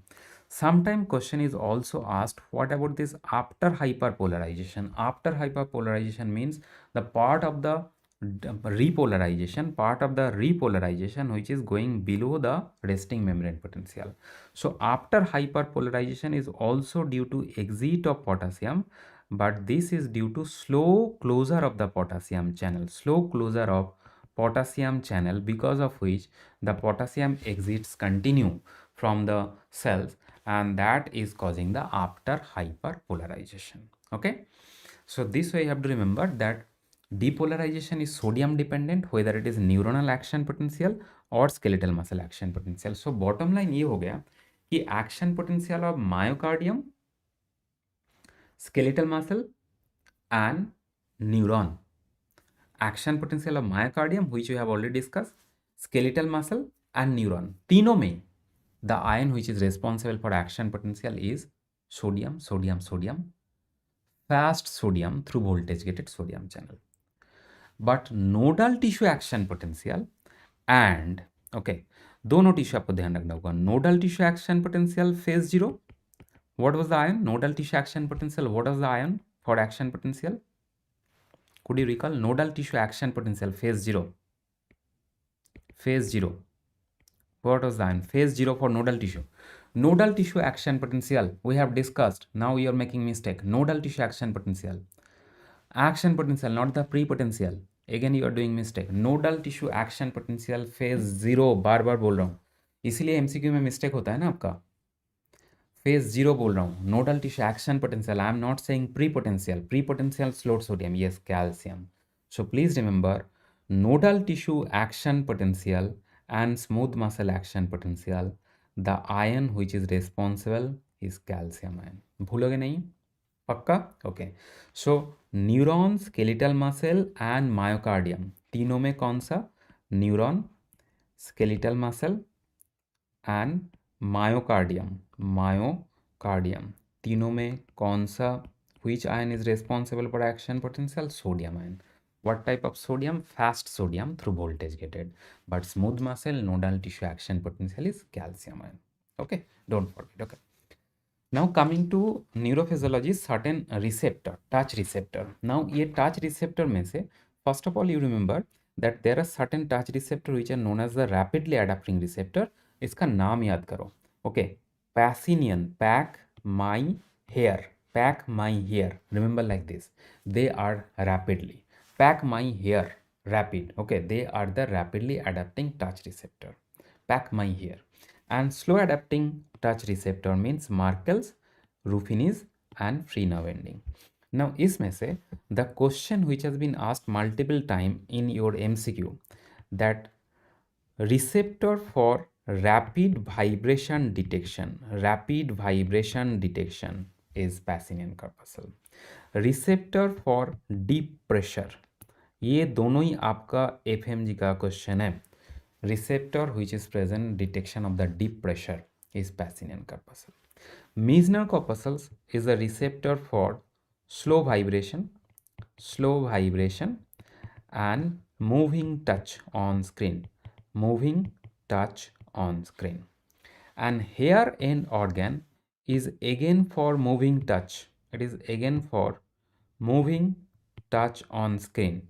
But you have to remember that this Meissner's receptor, it is present only in glabrous skin. Glabrous skin means the skin where hair is not there, means here, this region. So this is the region where the hair follicle is not there. So the hairless skin means the Meissner's corpuscles is there in this region exclusively. Meissner's is never present in the hairy skin. Okay, but hair and organ means obviously it is present on the hairy skin. Okay, so hairy skin में होगा. So if something is moving on the hairy skin, that is detected by hair and organ. But if something is moving on this non-hairy skin, then that is detected by Meissner corpuscles. Getting my point? So both has a similar kind of functions, but one is exclusively present in the hairy region, hairy skin region, and one is in the non-hairy region. That is the difference. Okay. Now Merkel cells, this is the receptor for point. So whenever I am saying point, you have to remember this is the receptor for 2-point discriminations. Okay. It is also the receptor for Braille reading. Okay. Braille reading. Merkel's is the receptor for both of them. So point or edges or corner, everything, this is Merkel's. Then Ruffin is ending. So shape and size of large object when it is placed on hand, that is detected by Ruffin is ending. Okay, yes. And free nerve ending, this is the receptor for itching and tickling, itch and tickle. So this kind of sensation is detected by free nerve ending. Okay, multiple question has been asked from this same MCQ, same slide. Okay, try to remember each and every information. Many information there, but I have not written all of them, only the things which are important for your MCQ. Got it? Okay, next is these two important terms, they are giving applied aspect of MCQ from this here, hyperalgesia and allodynia.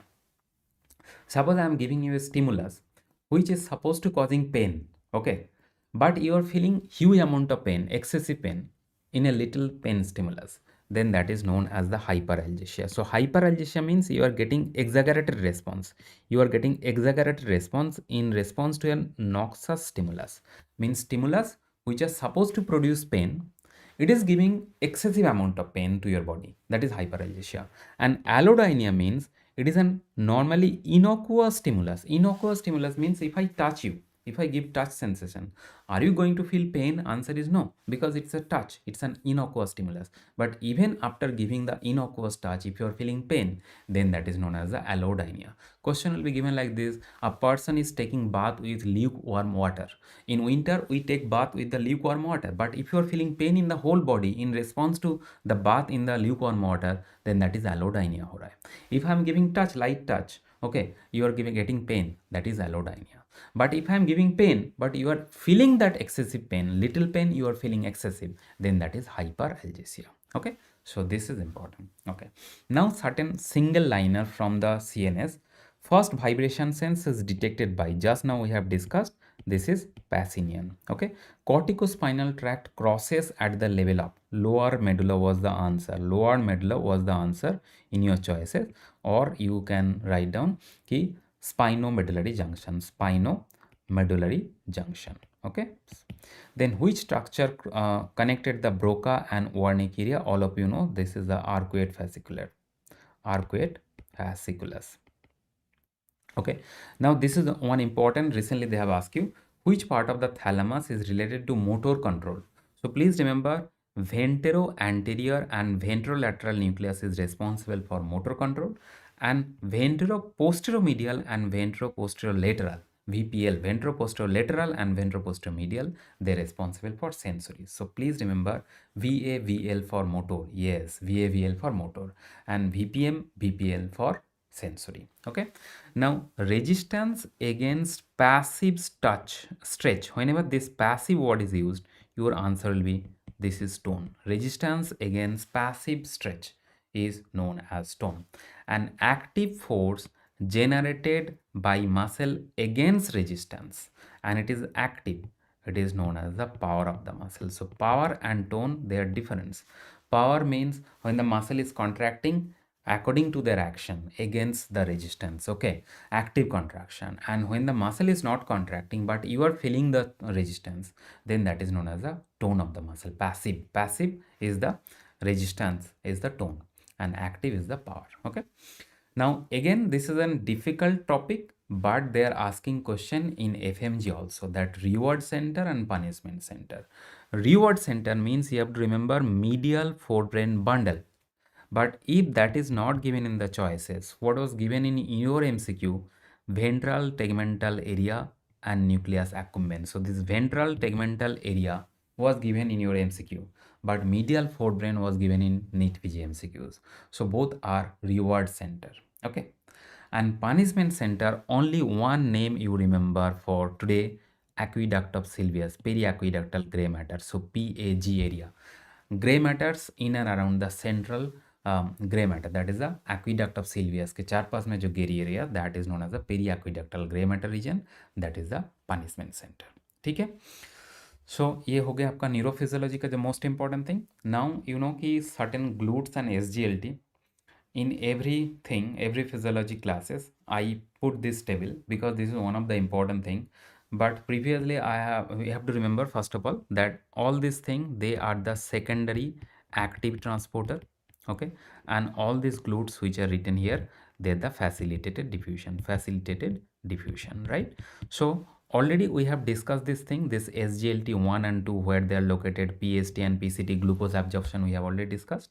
Now GLUT2 is also important because GLUT2, you know, the pancreatic beta cell में होता है, and GLUT4 is very important because it has been multiple times it has been asked that which GLUT is stimulated by insulin or insulin responsive GLUT. At least you remember this highlighted portion. So the major GLUT or universal GLUT, हम लोग GLUT1 को बोलते हैं, which is present in the RBC, blood brain barrier and placenta. This is known as the universal GLUT. GLUT2 pancreatic beta cell, okay, and GLUT4 is the insulin responsive GLUT, which is present in muscle and adipose tissue. Now if you just remember this simple thing, then you will be able to answer many MCQs. I will show you single liner question. But before that, in this diagram, okay, what you have to remember, there are multiple types of hormone receptor. Okay, hormone receptor is a kind of G protein coupled receptor, you know. G protein coupled receptor, either it acts through the CAMP or DAG and calcium. Okay, Sometimes they're asking that G protein coupled receptor, what is the sequence of activation? So that's why I have kept this diagram. So sequence of activation mean first the receptor G protein will be activated via this receptor. So you have to remember like this: G protein followed by GS or GI or GQ, that is the alpha subunit of the G protein. So first the G protein is activated, then adenylyl cyclase, then CAMP, then protein kinase A. This is the sequence. So what is the sequence? G protein, I'll write down here, G protein, okay, followed by adenylyl cyclase, followed by CAMP. When CAMP is activated or inhibited, along with that protein kinase A is attached. But look at here, when the G protein is activating the phospholipase C rather than adenylyl cyclase, here the calcium is the messenger, and if the calcium is the messenger, protein kinase C is connected with this calcium messenger. Please try to remember. So G protein coupled receptor का दो variety होता है. एक होता है one is acting through the CAMP, either increases CMP or decreasing CMP, and another is acting through calcium. But if it is increasing or decreasing CMP, then the adenylyl cyclase is the messenger, and here it is phospholipase C is the messenger. And if it is CMP, then it is connected with it is stimulating or inhibiting the protein kinase A, and if it is calcium, then it is stimulating or inhibiting the protein kinase C. Okay, then this is one of the most important MCQ. They have asked you that what is the mechanism of action of this nitric oxide and atrial natriuretic peptide. Both of them act through CGMP. CGMP के through काम करते हैं ये दोनों hormone. Okay. Then tyrosine kinase receptor के through what are the hormone act through the tyrosine kinase receptor? EGF, epidermal growth factor, nerve growth factor, insulin, and IGF. Right? And recently they have asked you which hormone act through the JAK-STAT pathway. So I'm highlighting all the important thing that you have to remember. JAK-STAT pathway means growth hormone, prolactin, and leptin. At least you remember. Please remember this JAK-STAT pathway and tyrosine kinase receptor. They are asking multiple times in NEET PG, so they are going to ask you in your exam also. And generally this MAD pathway is activated by Mullerian inhibitory substances and activin. That is not important for your purpose, but growth hormone, prolactin, leptin is acting via JAK-STAT pathway, and through tyrosine kinase, EGF, epidermal growth factor, nerve growth factor, insulin, and IGF, that you have to remember. Okay, now look at this single liner question which can be easily answered by all the information that we have discussed. Insulin act on glucose metabolism by acting on which GLUT? So we have discussed it is the GLUT4, and GLUT4 is present in which tissue? Adipose tissue and skeletal muscle. So again your answer is GLUT4. So this single liner are the MCQ directly taken from your FMGE exam only. Now all of you know the thyroid hormone act through which receptor? Nuclear receptor. Thyroid hormone is always nuclear receptor. बाकी estrogen progesterone लेके थोड़ा सा ये है. So ANP, atrial natric oxide peptide, I told you already, this is CGMP के through काम करता है. ठीक है. Hormone responsible for breast cam. Again this question has been asked twice in your exam. So answer will be oxytocin is the answer. And during spermatogenesis, FSH secretion is inhibited by. So LH secretion is under the inhibitory control of testosterone, and FSH secretion is under the inhibitory control of inhibin. Please remember this. Okay, so these two things. FSH means under the inhibitory control of inhibin B particularly, right? And testosterone means it is under the inhibitory control of LH. Now along with that, the hormone responsible for the growth of the breast tissue, again a famous topic in your FMG exam. So estrogen is also there, progesterone is also there, prolactin is also there. All the three hormones are required, but prolactin is one of the most important because it support the estrogen and progesterone.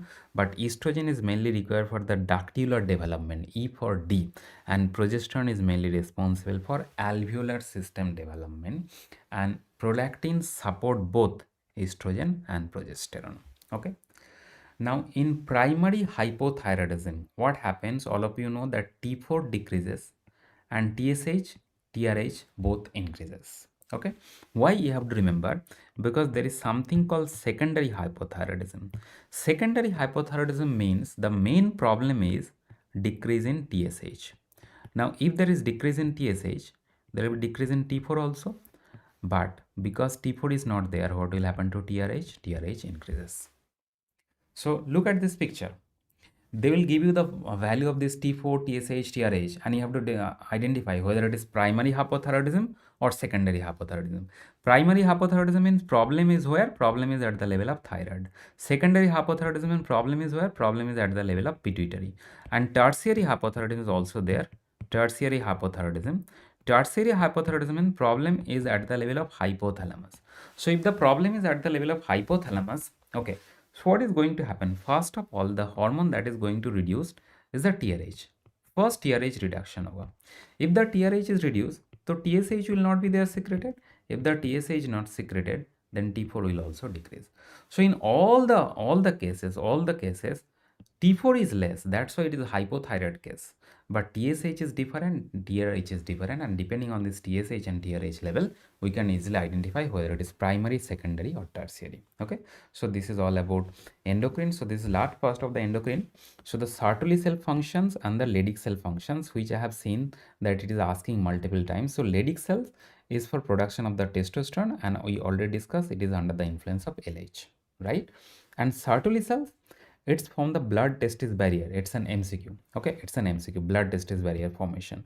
Apart from blood testis barrier, it contains the receptor for FSH and androgen, and it also contains aromatase enzyme. But most important thing is that Sertoli cell secretes inhibin B and androgen binding protein. So this inhibin B is also an important information for MCQ, right? So these are the star marks thing that you must have to remember. Okay, now coming to the last part, that is the GIT. So in GIT, you know, you have to remember that the basic electrical rhythm, basic or basal electrical rhythm, basic electrical rhythm is produced by interstitial cells of Cazals. Okay, so these interstitial cells of Cazals are known as the pacemaker cells. So this basic electrical rhythm, okay, if the cholinergic stimulation is there, then what will happen? Cholinergic stimulation means if there is acetylcholine in the smooth muscles of the GIT, then there will be contraction. So cholinergic stimulation means there will be contraction of the GI smooth muscle, and if there is adrenergic stimulation, then there will be relaxation of the smooth muscle. There will be relaxation of the smooth muscle. Okay. Now the rate of the basal electrical rhythm is different in different segment of the intestine. Okay, please try to remember that maximum rate is at the level of duodenum. At least you remember the maximum rate and the minimum rate. Minimum rate में दो आपको ध्यान रखना होगा because sometimes cecum is not given in the choices. So maximum rate is at the level of duodenum, minimum rate is cecum. If the cecum is not given, then stomach and sigmoid, ये भी आपको ध्यान रखना होगा. Okay, fine. Now next is, this kind of diagram is already given in your question. So easily you can identify that the food bolus is moving in the forward direction. So there will be constriction in the proximal part. This constriction is done by acetylcholine, just now I told you, and the substance P, and relaxation is done by ahead of the food particle, which is done by nitric oxide and BIP. So this is typical of the peristalsis kind of movement. But suppose if a diagram is given like this on the left hand side, where the food bolus is moving in both the direction, to and fro movement, this is a kind of pendulous kind of movement. Then this kind of movement is known as the segmentation movement of intestine. And if an electrical diagram is given like this, that suppose this is the part of the duodenum, okay, then this is the part of the jejunum, then this is the part of the ileum, and a motility is moving from duodenum towards jejunum towards ileum. So this indicates the motility is moving from one part to the other part, and interval between these two motilities. So this is one motility, this is electrical activity, means contraction is going on here. Again there is a gap, and after that gap again there is a contraction. So this gap is generally 90 minutes interval gap. So this is a typical kind of motility you have to identify. This is migratory motor complex. We all know that this is a fasting motility of GIT. So when the food is not there in the GIT for last 90 minutes, the migratory motor complex will be there, and yes, it has a speed of 5 centimeter per minute, okay, per minute, not hour. 5 centimeter per minute is the speed of this migratory motor complex. Okay, so these are the motility. And the last thing for today for physiology is absorption of various nutrients in different part of the GIT. So please remember, there are confusion, there are controversy in this thing, but carbohydrate, protein, fat, folic acid, iron, everything answer is duodenum, duodenum, duodenum. If the question is maximum absorption of any of this, carbohydrate, protein, fat, folic acid or iron. But if the question is bile salt and cobalamin, all of you know that ileum is the answer of maximum absorption. Now next question is maximum water reabsorption happens from which part of the intestine? Your answer is jejunum, and that is 5.5. At least remember this highlighted circle portion, not much. Okay, so this is all for today. The brief discussion of physiology. I believe I have searched the last 5 years question and the most important topic I have covered. So this is all for today. Thank you so much for listening this session patiently, and I believe you have patience and you have revised certain important things for physiology. Okay, thank you so much.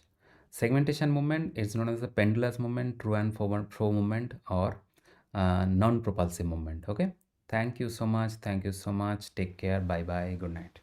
Okay, thank you. Bye bye.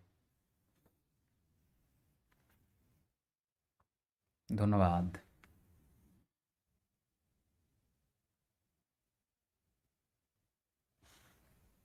Thank you.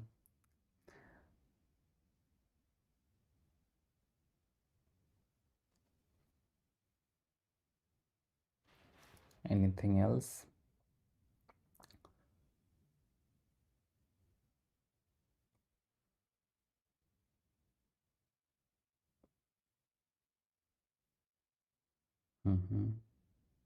Yes.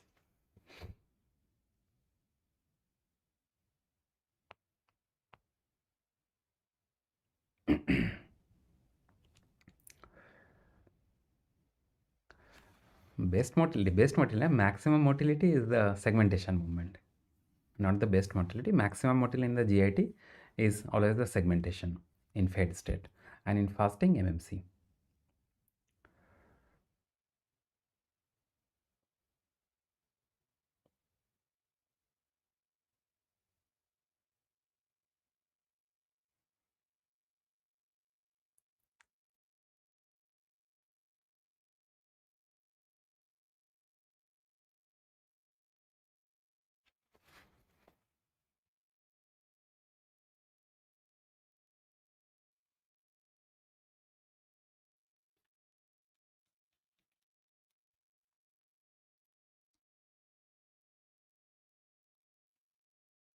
Turnover.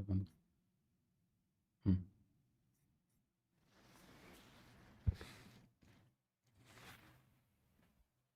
Hmm. Okay. Stop streaming. Huh? Okay, bye bye guys.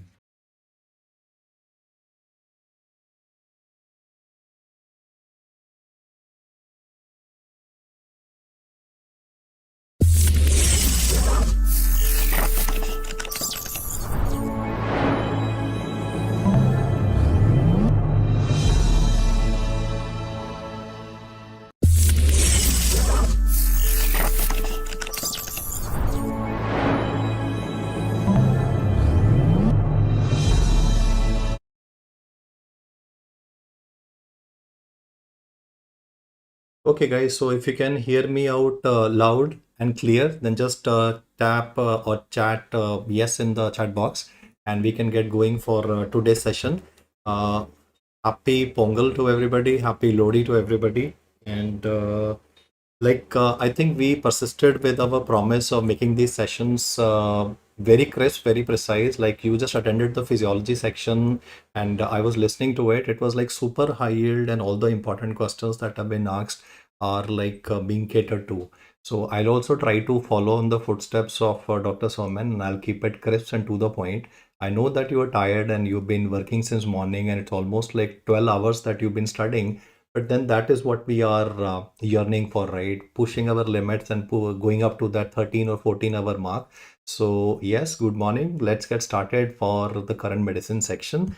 And first up is the issues related to cardiovascular system, where I'll talk about mitral stenosis and a very common thing that is asked in the exam. So I think you can hit the comment button with respect to even the murmur that would be found in this particular condition. Yes, guys, you can see the typical line diagram that I have made for you at this moment, and that helps you analyze that this is mitral stenosis, which is going to be a diastolic murmur. And the type of murmur that we see here is basically called as a mid-diastolic murmur, and then there's a small secondary spike as well. The small secondary spike is called as a pre-systolic accentuation, which corresponds to the atrial systole component. Then this murmur is best heard with the left lateral decubitus position, and because it is a low pitch murmur, so you would be using the small side of the stethoscope, that is the bell.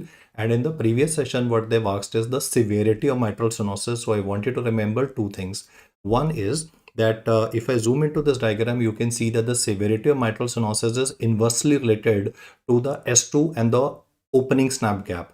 You see, most guys will correct the question by reading the word loud opening snap. I mean, that itself is the characteristic term for mitral stenosis. But then the point is, if the gap becomes lesser, that means that the severity of the disease is increasing. So there's an inverse relation with respect to S2 opening snap gap, or I can say like there's a direct relation to the length of the murmur. Logic is like opening is very small, so time taken for transit from left atria to left ventricle will increase. And that is like an important statement to be remembered. Inverse relation versus direct relation. The inverse is with S2 opening snap gap. As far as the treatment of this condition is concerned, we'll have to go in for a balloon dilatation. So your answer will be a percutaneous mitral balloon valvotomy. For severe mitral stenosis, definition of severe is the opening is less than 1 square centimeter. But if they give you a question in which there is a twist, now the twist is that he will mention the word severe calcified mitral stenosis, because the word calcified will be written here, because the word calcified would be seen in this particular case. Then in those circumstances, your answer will change. For the calcified variety, your answer would not be given as percutaneous mitral balloon valvotomy, because if you deploy that balloon, the valve will break into pieces, or it will be like a cookie will crumble into pieces. So in this particular case, a artificial heart valve, that is a prosthetic heart valve, that would be required for this particular condition. That is what we can be using, like a homograft, that is a cadaveric homograft can be used, or we can be using porcine, that is porcine would mean that a pig, or it can be a bovine also. So xenograft is what I'm talking about. So the message is that artificial heart valve needs to be deployed. If it comes from a cadaver, we call it homograft. Otherwise, if it's across the species, then it is porcine or bovine that would be used. Great. Next, we talk about a hypertensive crisis where the blood pressure is shooting up. It's more than 180 by 120 millimeter of mercury with evidence of target organ damage. And if the person is suffering from heart failure, and if he says like what is gonna be the drug of choice where elevated pro-NT-BNP levels are given. Pro-NT is N-terminal B-type natriuretic peptide that is increased. And you can also notice that I've shown a bat wing pulmonary edema in this particular case. So the person has gone into acute onset left ventricle failure. And in these circumstances, when we have this acute onset left ventricle failure, then we need to be aggressive and manage. Yes, guys, quickly hit the comment box with respect to what drug would you be using in this case. And because there's a heart failure due to high blood pressure, left ventricle failure, I wait for a few more seconds and I say another statement. Long-standing hypertension causes left ventricular hypertrophy, but when it's gonna be acute onset, then there is gonna be development of left ventricular failure.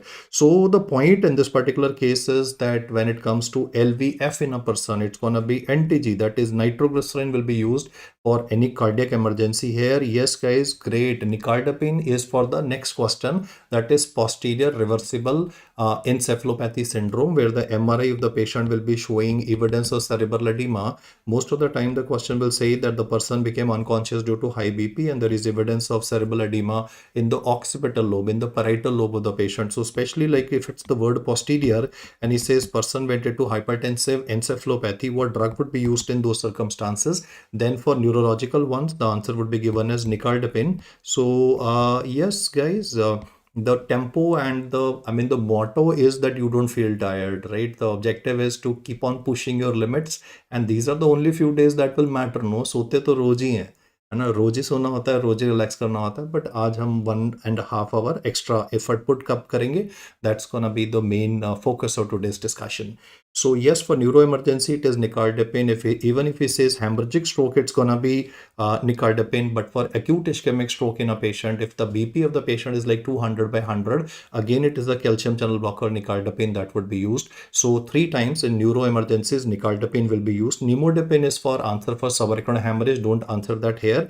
And for aortic dissection, right, for aortic dissection, what we are going to do is we will be using a beta blocker that would be by the name of esmolol. So the point is esmolol, that's a short acting beta blocker. Why? Because you want to put on the brakes and you don't want to progress further. You don't want the tear to increase. But if he says pheochromocytoma surgery, then the drug that you'll be answering here, yes guys, comment on the next one and set the comment button on fire, I would say, of all the guys who are attending here. Subarachnoid hemorrhage is nimodipine. No, here it is not gonna be answered as nimodipine. Okay, very good. For intraoperative, no, it is not sodium. It is not gonna be answered as phenoxybenzamine. That is for pre-operative management. For intraoperative, it is sodium nitroprusside that would be given. Thoda dhyan rakho yaar. I mean, I know that you want to rush through the data, but then we should not be making any silly mistakes there. So intraoperative is sodium nitroprusside. Phenoxybenzamine is primarily to be answered for pre-operative management. Okay, then we can have sudden cardiac death in MI, hypertrophic cardiomyopathy. So I'll write down the causes. In MI, it is mostly arrhythmias like ventricular fibrillation. In hypertrophic cardiomyopathy, also it is ventricular fibrillation, that sudden death while playing football. I mean, the example would be young guy playing football and he dies suddenly. Then it is hypertrophic cardiomyopathy. Atrial fibrillation, the reason why the person can die is holiday heart syndrome. And for diabetes mellitus, again, it is a MI most of the time. And the MI that would be occurring will be a silent myocardial infarction, where there would be no chest pain experienced by the person in the very first hour of onset of cardiac symptoms in a patient. Yeah, if it is an athlete, then it is hypertrophic cardiomyopathy. Okay, great. So I had good answers here. Now I will let you guys do the talking, and I would like everybody, don't be silent guys. You need to comment pulse found in left ventricle failure. For aortic regurgitation, तो मैं लिख देता हूँ. That would be relatively easier because everybody knows pistol shot sounds are heard in over auscultation over the femoral artery in aortic regurgitation. The type of pulse present here is called as collapsing pulse. The other name for this is called as Corrigan's pulse. There's a third name for this. We also call it a water hammer pulse. तो आसान वाला तो मैंने mention कर दिया. But then as far as water hammer, okay. Water hammer pulse.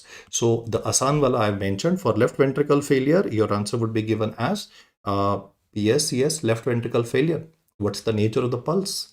You know, it's going to be alternatively weak, strong. So that alternative weak and strong pulse is the ABCD wala mnemonic yaar. A say pulses alternance is present. That is alternatively weak and strong pulses, heart failure. Collapsing pulses because blood is leaking back into the heart. For aortic stenosis, because obstruction hai, so there would be like more pressure required to send blood out of the heart. So there would be a slow rising pulse. So that slow rising pulse is also called as anacrotic pulse, or instead of anacrotic pulse, it can also be written as pulsus parvus et tardus. That basically means that क्योंकि रास्ता बंद है तो pulse को rise करने में time ज्यादा लगने वाला है. So pulsus parvus et tardus is seen with valvular aortic stenosis. Somebody commented jerky pulse. तो बच्चे, now is not the time to use casual words. Now the technical word you will use is pulsus bispherians, that is hypertrophic cardiomyopathy. And for the last one, that is dilated cardiomyopathy, the D alphabet will always come to your rescue. The D alphabet is dichrotic. I think I just prompted that outside, that dilated cardiomyopathy, the type of pulse is a twice beating pulse. Systole में भी मिलती है and diastole में भी सुनाई देती है. So we would be calling it a dichrotic pulse.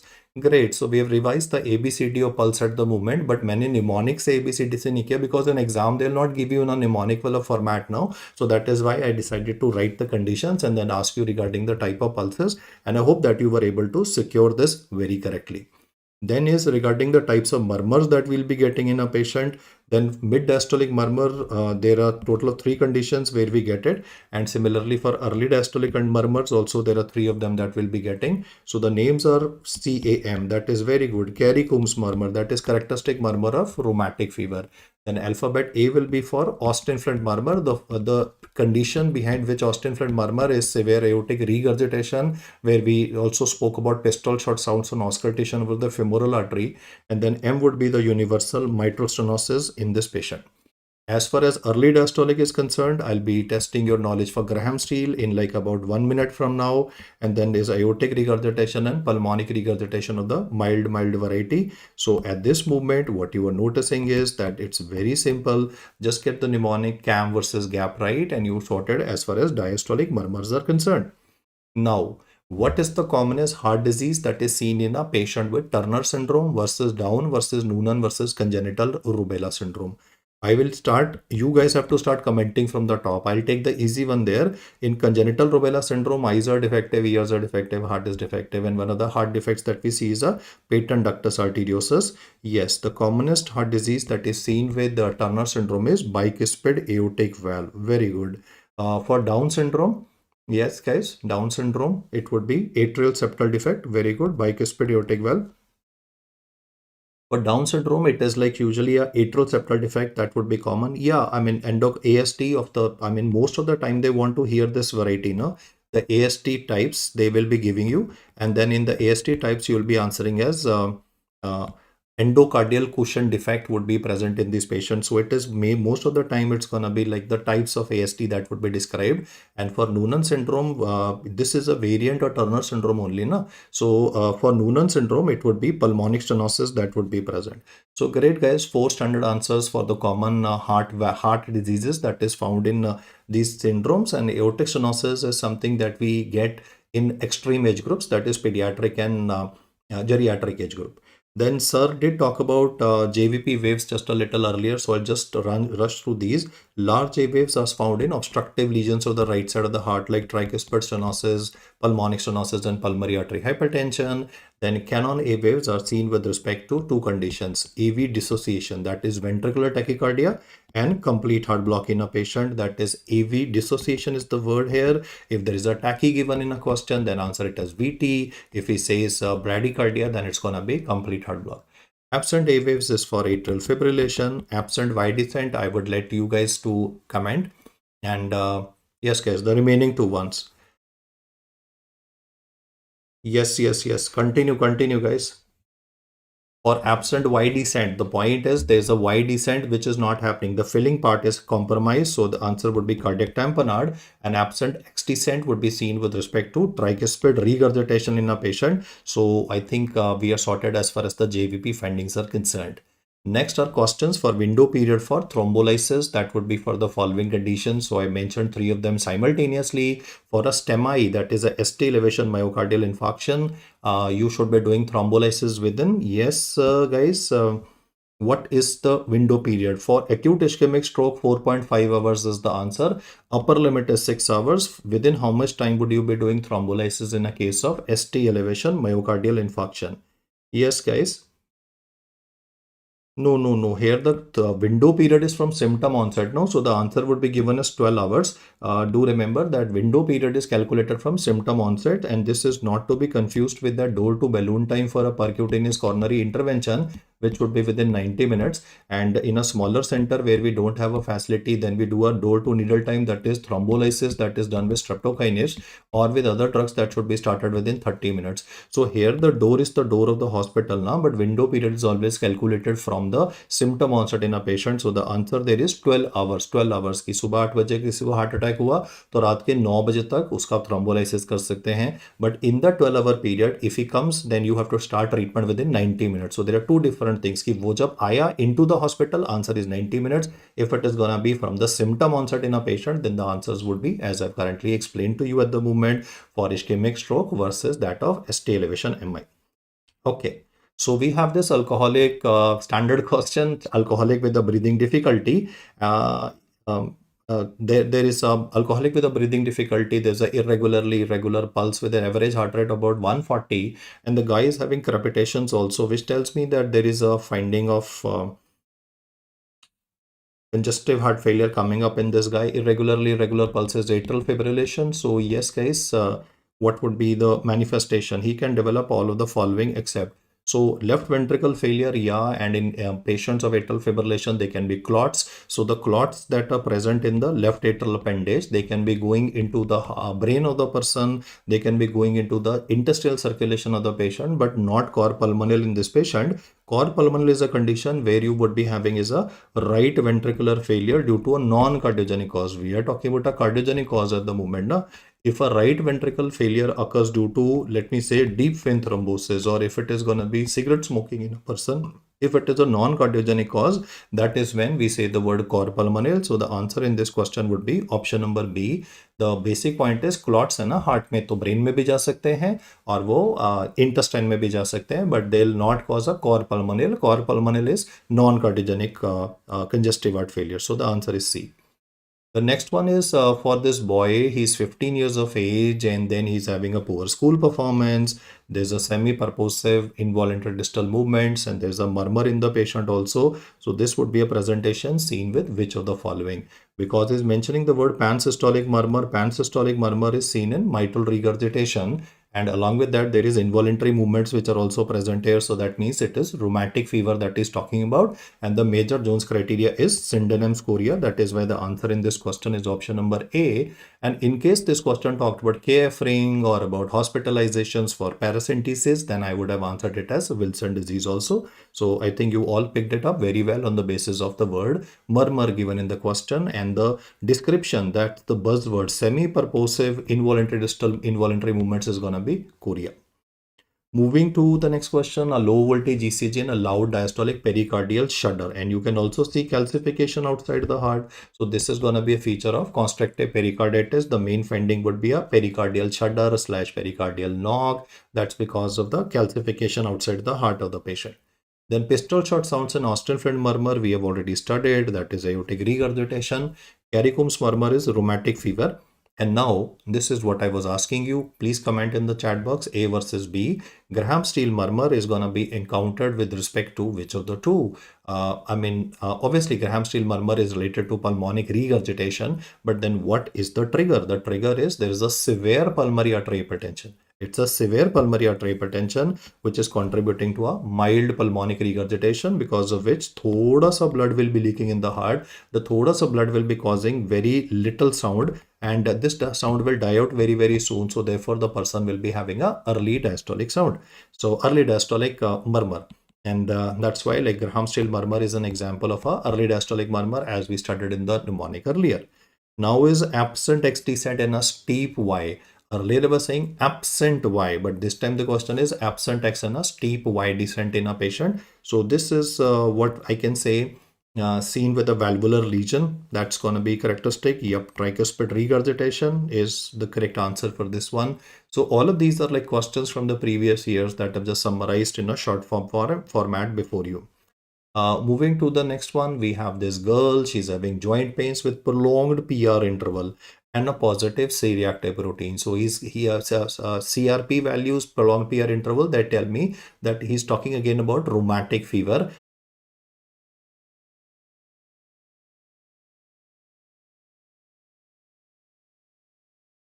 Okay guys, so what we 25-year-old girl who was having this joint pain and then simultaneously there were issues with respect to prolonged PR interval. There was a slow conduction present, which is why the answer in this question will turn out to be the correct one, that is aspirin, that's rheumatic fever. And this question was disguised as a presentation of rheumatoid arthritis because in rheumatoid arthritis, we always read about triple therapy. So triple therapy is like methotrexate, hydroxychloroquine and sulfasalazine that would be used. And that helps us analyze this question relatively better. Moving on to the next one, the current one that I'm talking about is again a repeat question. We had this IV drug user who's having high-grade fever 102 degree Fahrenheit for the previous week. And then there are Janeway lesions which are present on the palms and soles. Fundus is okay. Blood culture is sterile, echocardiography is normal, but then he says how many minor criteria would be present in this case. So I'll just highlight those minor criteria so that you can remember them. One of them is the presence of this IV drug user. That's one of the risk factors. Second is the chap is having fever. Third is presence of Janeway lesions which are present. There is no Roth spots given. There's no splenomegaly and other manifestations. So the correct answer for this one would be option number C. And it's the minor Dukes criteria which are to be remembered. Like you are aware, Jones criteria is what you are always going to be using for rheumatic fever, but when it's going to be infective endocarditis, it's primarily going to be minor Dukes criteria that would be used, and that's why the answer in this question will turn out to be option number C. Okay, as far as cardiac biomarkers are concerned, the first cardiac biomarker that needs to be taken into consideration is the first one to rise. I am very sure the pathologist would have also said a few words about it, and I think this was asked that the first cardiac biomarker to rise would be a IMA, that is called as ischemia modified albumin. If it's gonna be between 1 to 3 hours, then it is heart fatty acid binding protein, that is HFABP. Between 3 to 6 hours, if I say, then your answer would be given as cardiac troponin I and troponin T. Those are the biomarkers that would be used here. After 6 hours is history, I would say. That's like 20 years ago. CPK-MB is the one that is used. And if it says what is last to rise, then last to rise would be LDH, that is lactate dehydrogenase. And the last one is what you guys would have commented anyway, which is like how would you be analyzing if there's a reinfarction? That CPK-MB tends to come back by the third day. So best for reinfarction after 72 hours is going to be CPK-MB, that is creatinine phosphokinase myocardial band. So here what we've done is summarize those important cardiac biomarkers at the movement before you. What I will do next is talk about those must-know ECGs and the drug of choice for each one of them. For any ECG, if he himself says that the blood pressure is crashing or if the BP is unrecordable, you just have to answer DC shock in that case. The only thing is to be remembered that if it is a person who's having ventricular fibrillation or pulseless ventricular tachycardia, answer it as defibrillation, otherwise answer is cardioversion. So in the current ECG, you can notice that this is VT because it's a broad QRS complex tachycardia. And in ventricular tachycardia, the drug of choice to be remembered is amiodarone. That is especially because there would be a structural heart disease present in this patient. Now, if you compare the next one, this is like a ultra narrow QRS complex tachycardia happening. The heart rate is like ultra fast, going up to 300 beats per minute. So we will say that we are dealing with the case of PSVT, paroxysmal supraventricular tachycardia. I've already explained to you that if it's gonna be unrecordable BP, answer it as DC shock. If he says drug of choice, it is adenosine. But if the blood pressure of the patient is more than 90/60 and he says what is the first thing to be done in a patient, then first thing to be given would be answered as vagal maneuvers. That would be like carotid sinus massage is the one that should be given for these patients.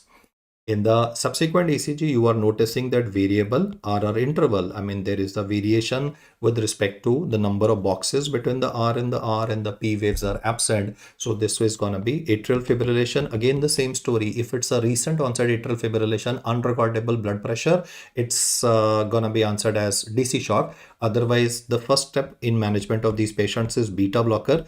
बाकी वो देख लेना कि ऐसा ना हो कि is putting up a contraindication to a beta blocker. Contraindication to beta blocker can be like asthma, COPD in a patient. If he's mentioning contraindication to a beta blocker, then your answer would be given as like verapamil or like diltiazem for management of this patient. So before you answer beta blocker, just check out that contraindications to beta blocker. I mean contraindication to esmolol is not given. In the next ECG, you will notice that the number of the R waves and the number of P waves is not matching. If you just check out, the number of P waves is much more as compared to the number of the R waves. So PP and RR is not matching. That is third degree heart block. This is Stokes-Adams syndrome. The heart rate of this person will decrease dramatically. And if he says कि initially क्या करोगे तो like any person comes with bradycardia, I'll first give atropine, but that's not going to be a permanent solution because this person will require a pacemaker. So what we do need to do for a patient of Stokes-Adams syndrome is that we'll be putting is a dual chamber pacemaker for management of this patient. Then in the next one, you will notice that there is a drop beat happening. But prior to that, जो PR interval है, that is remaining the same. So because the PR interval is same and it's not changing, and then there's a drop beat that is described, this means that this would be a Mobitz. Yes, guys, should I write Mobitz 1 or Mobitz 2? The PR interval is constant, then a drop. So if it's going to be constant after the drop also, if it's going to be constant before the drop also, then the word that we will use will be a Mobitz 2 heart block. That is a infranodal heart block present in this patient, and again a pacemaker would be required. For the subsequent ECG, if you are looking at the printout, you will notice that in lead number V2, lead number V3, lead number V4, there is that ST segment elevation, and even in V1 also. So I can say that I'm dealing with the case of anterior wall MI, which is one of the commonest one. And in case they would not give you anterior wall myocardial infarction, then it's gonna be a posterior wall myocardial infarction or inferior wall, as they would like it to be. But considering that the commonest blood vessel affected in atherosclerosis is the left anterior descending artery, which is also called as widow's artery, therefore first thought process should be for anterior wall myocardial infarction. Do comment in the chat box for which ECG finding would be seen in a person having acute pericarditis. Yes, guys. Yes, keep the comments coming there. For acute pericarditis, it would be a ST segment elevation, but it would be concave in an upward direction. Whereas in myocardial infarction, it is convex in upward direction. For pericardial effusion and cardiac tamponade, the common ECG finding will be low voltage ECG. He will always use the word low voltage ECG or electrical alternates to describe both of them. But if the blood pressure is crushing, or if he says the word especially like non-pulsatile elevated JVP, then you will think in terms of cardiac tamponade in a patient. And in constrictive pericarditis also, because of calcification, you can be having is a low voltage ECG. So I can say there are three conditions where low voltage ECG can be described, but the only one in which the blood pressure of the person would be crashing and you will need to do a pericardiocentesis is cardiac tamponade. If BP is not given unrecordable, then the second thing that you need to look for is like I said, that's going to be a non-pulsatile. That's again a statement that has been asked in the previous years, that non-pulsatile elevated JVP is seen in, answer is cardiac tamponade. Okay, so these are the cardiovascular issues. We next move on to the neurology component, and I'll just wait for your comments for the next score that is given in this case. Like CHAD, S2, VSC score, C is for congestive heart failure, hypertension, age, stroke history, vascular disease, sex category. So which of these would be used for, I mean, this score is used for assessment for. This score is used in atrial fibrillation. CHAD S2 VSC score is used in atrial fibrillation, and it is used to evaluate the need for oral anticoagulation. Guys, आप confuse हो रहे हो, जल्दबाजी में answer कर रहे हो, जल्दबाजी मत करो. The question is not on ABCD score. Your eyes are imagining that the question is on ABCD2 score. The question is not on ABCD2 score. ABCD2 score is used to predict the percentage of chances of stroke in a patient, but CHAD S2 VSC score is to decide the need for oral anticoagulation for person of atrial fibrillation, because ultimately atrial fibrillation will cause stroke. Atrial fibrillation causes clots in the left atrial appendage and causes acute ischemic stroke. So whether to start warfarin or not, we use the score called as CHAD S2 VSC score. Answer to this question is option number A. Then is the standard favorite MCI question, female patient, arm weakness, ptosis, whether diurnal variation of symptoms that are going to be improving with activity. And then in this person, you are also noticing that he has given an interesting finding of deep tendon reflexes being absent. Electrodiagnostic studies are still awaited, but considering that the data which is given is very, I would say, in your face, I'll give you 5 seconds to comment with respect to the diagnosis for this particular person. Female diurnal variation of neurological weakness is given in this particular case.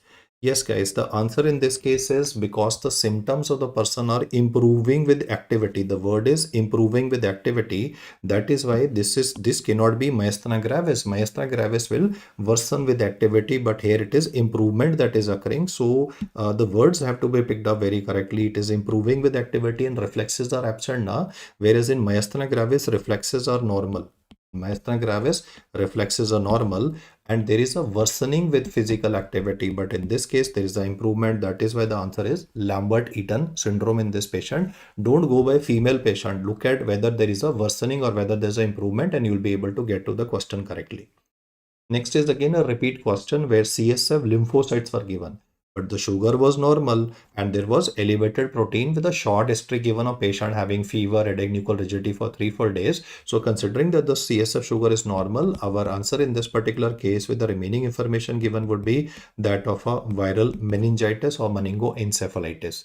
But if he specially gives you a long history, and then he says CSF lymphocytosis with a low sugar and elevated protein, person has been sick for maybe 3 weeks, maybe for 4 weeks, then in those circumstances, your answer would always be given as TB meningitis. So you just need to pick up in the question whether sugar is normal and short history versus long history is given. That will change the perspective. For CSF neutrophilia with a low sugar elevated protein, this is I think one of the easiest questions that I'm putting in front of you because there is neutrophils present. So we will say it is pyogenic meningitis, for which empirical treatment has also been asked. The empirical treatment was that you should be starting this empirical treatment within 1 hour of admission of a case of meningitis. And what are the antibiotics that we use? The antibiotics that we use are ceftriaxone and vancomycin. These are two common antibiotics that would be used.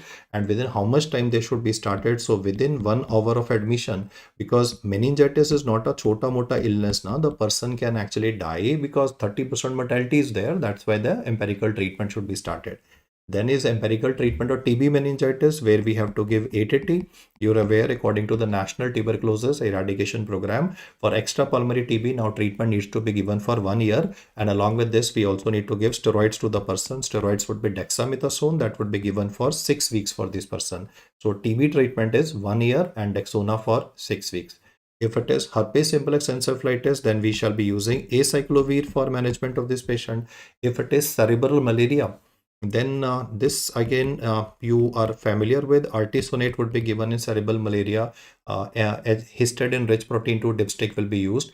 And if there is a albuminocytological dissociation given in a question that we're dealing with GBS, then our primary answer would be intravenous immunoglobulins. And steroids are gonna be big no for management, and IVIG will always be winning over plasmapheresis for a case of Guillain-Barré syndrome. Then he gave a question of this boy with recurrent falls and gait abnormality, and you can see the pseudo hypertrophy of the calf muscles which is present in this case. Currently, because there is a pseudo hypertrophy of the calf muscles present here, and he has himself mentioned CPKMM is present. So he's saying what is the best test for diagnosis of this patient? Yes, guys. Yeah, we'll get a Gawar sign in this patient. Pseudo hypertrophy of the calf muscles would be present. So he says what is gonna be the main test for diagnosis of this condition? Yeah, our main answer would be we'll go in for a PCR. Yes, we go gene sequencing. So our answer would be given as PCR for dystrophin gene or gene sequencing for dystrophin. That would be the main answer for this particular question that I put out before you. We can do a muscle biopsy also, but muscle biopsy तो invasive होता है ना. So muscle biopsy is what people would not be preferring. बाकी करेंगे क्या तो muscle biopsy के ऊपर we can go for Western blot analysis. So yeah, I mean we can go for immunofluorescence, special studies, Western blot, but non-invasive and a very good way to identify the condition would be a PCR with gene sequencing for dystrophin. Okay. Next is for this hypertensive patient with sudden onset facial weakness that resolved in 16 hours. CT head of the person is normal because symptoms were taking time to resolve. So we got a CT scan in the person also. And then he's saying what would be the correct diagnosis for this person. It cannot be hemorrhagic stroke. It cannot be posterior reversible encephalopathy syndrome. So the cutoff is 24 hours, which is why the answer in this case is TIA. That is a transient ischemic attack where the symptoms will resolve within 24 hours. If the symptoms are persistent in a patient or they're deteriorating, then it would be stroke in the person. So good job. Then this is again a repeat question where there was a hyperdensity. Hyperdensity means that there would be a bleeding occurring in the brain, and this is a case of intracerebral hemorrhage, or this is a case of intraparenchymal hemorrhage. And considering that we are dealing with a case of intraparenchymal hemorrhage, what are we not gonna be doing in this patient? That was the question कि क्या नहीं करेंगे. तो इसको हम थ्रोम्बोलाइज तो नहीं कर सकते हैं.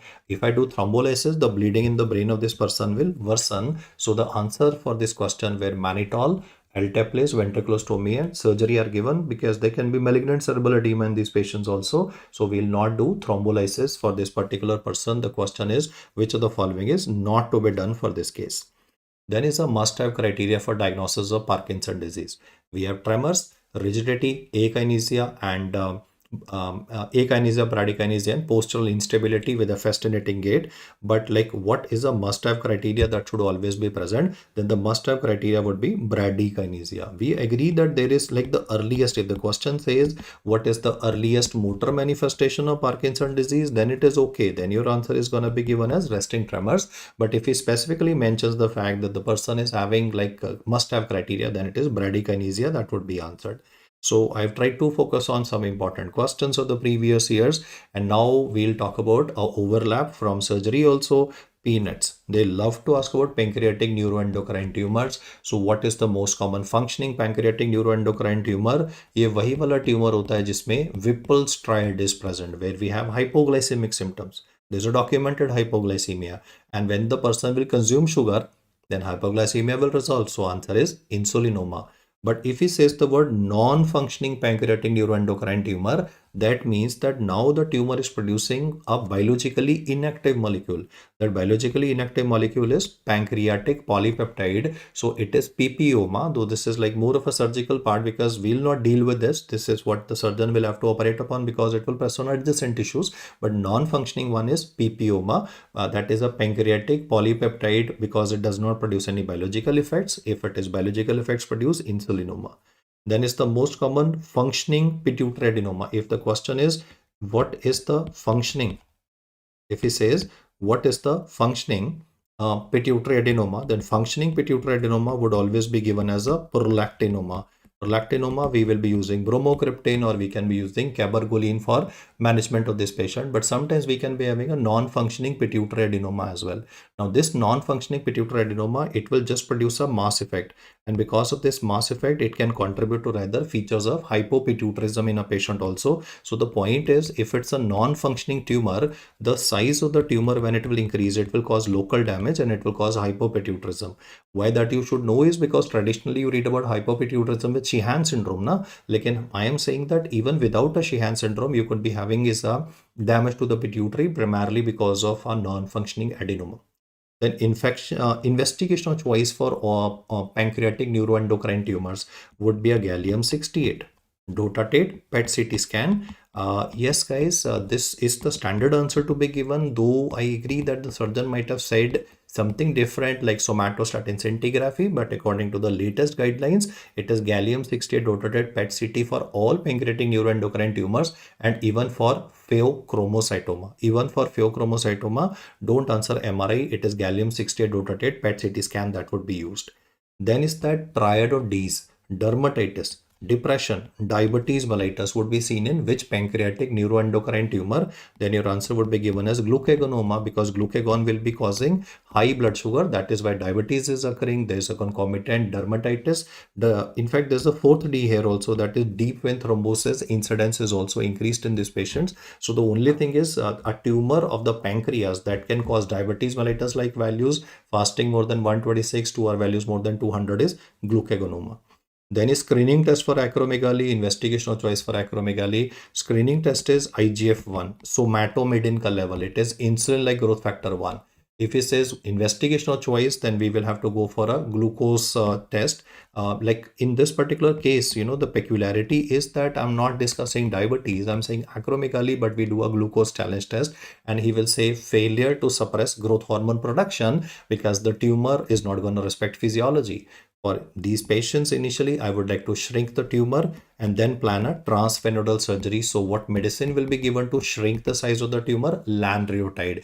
That's like a long-acting form of somatostatin and will help in shrinkage of the tumor, and therefore we'll have is an improvement present in these patients.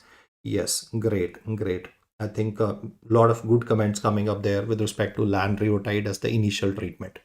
Then this is again a repeat question. Hypertension with hypokalemic alkalosis would be seen in. Then there are two conditions where you can be getting it. One is Conn syndrome, which is the first best answer. But hypertension with hypokalemic alkalosis can be seen in Cushing also. The only thing is in Cushing syndrome, then he should mention regarding weight gain in a patient. He should mention about centripetal obesity. So if he begins by saying that there is a centripetal obesity, weight gain, hypertension with hypokalemic alkalosis, Cushing, if there is nothing else given, only hypertension with hypokalemic alkalosis, then it is Conn syndrome, for which we will give spironolactone and then a surgery of the patient can be done. Then are two questions which have been asked in different sessions regarding high dose dexamethasone suppression test. In one of them, there is a partial suppression. In the second one, there was a no suppression. And that will change the entire perspective, because see, there are two causes of Cushing syndrome, one by the name of pituitary adenoma, second by the name of lung cancer. Now, pituitary adenoma can be suppressed. Lung cancer cannot be suppressed. So if I say partial suppression, my answer would be given as that the person is having a pituitary adenoma. And as you're aware, he does not use the word pituitary adenoma. He will use the word endogenous source. That's going to be like a pituitary adenoma described / Cushing disease. But if there is no suppression, then your answer is lung cancer. In the exam, he will not expect you to say the word lung cancer. The answer would be given as ectopic source of ACTH that will be causing Cushing syndrome manifestations in a patient. Then investigational choice for Cushing syndrome, again very, very standard investigational choice.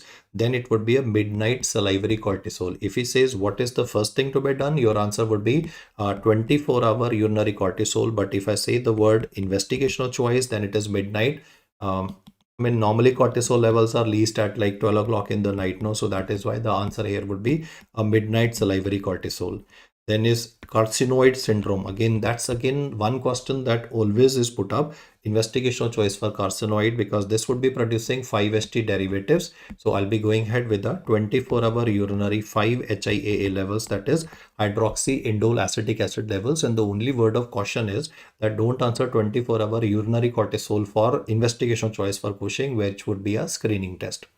Then is investigational choice for diabetes insipidus in a patient. Yes, guys, how do you identify diabetes insipidus? Then the test that we'll talk about is called as a water deprivation test. Though there's another blood test also that's called the scopeptin levels, but water deprivation test is the one that has been described classically. And in case that word is not mentioned, then it is scopeptin levels or ADH levels that can be evaluated. CT head in a central diabetes insipidus will be showing a loss of pituitary bright spot, because pituitary will always be having that the posterior pituitary will have a white appearance on a CT scan, and that loss of pituitary bright spot tells me that the posterior pituitary is damaged. That's why the word is central diabetes insipidus. The drug of choice would be hormone replacement. So I'll be using desmopressin for management of this person. But if he says what is the drug of choice for nephrogenic variety of diabetes insipidus, then I will have to give thiazide diuretics to these patients. Again, very peculiar answer, but that is how it is. I'll not get into the rationale of thiazides, but yep, we use thiazides for nephrogenic variety. Okay, what drug will be causing cardiorenal benefit in type 2 diabetes? Except. The word is except there, so I think you can comment on the answer here.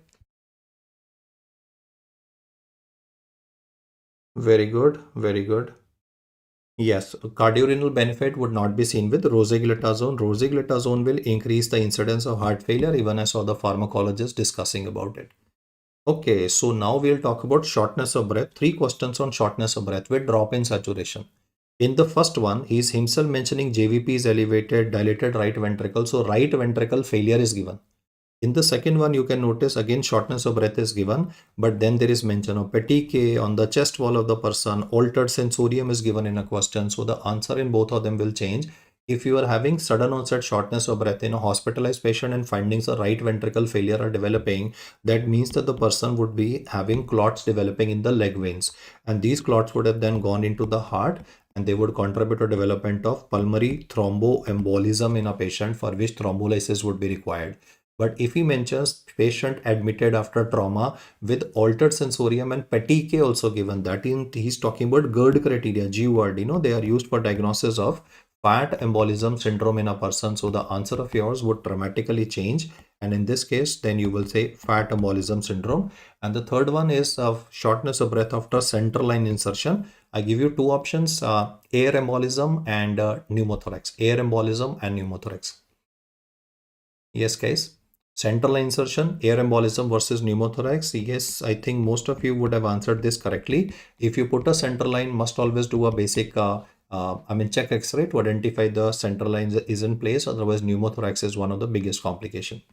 Then is the gold classification for COPD, which is divided as mild, moderate, and severe. So if the FEV1 is more than 80% and time vital capacity less than 0.7, we'll say mild.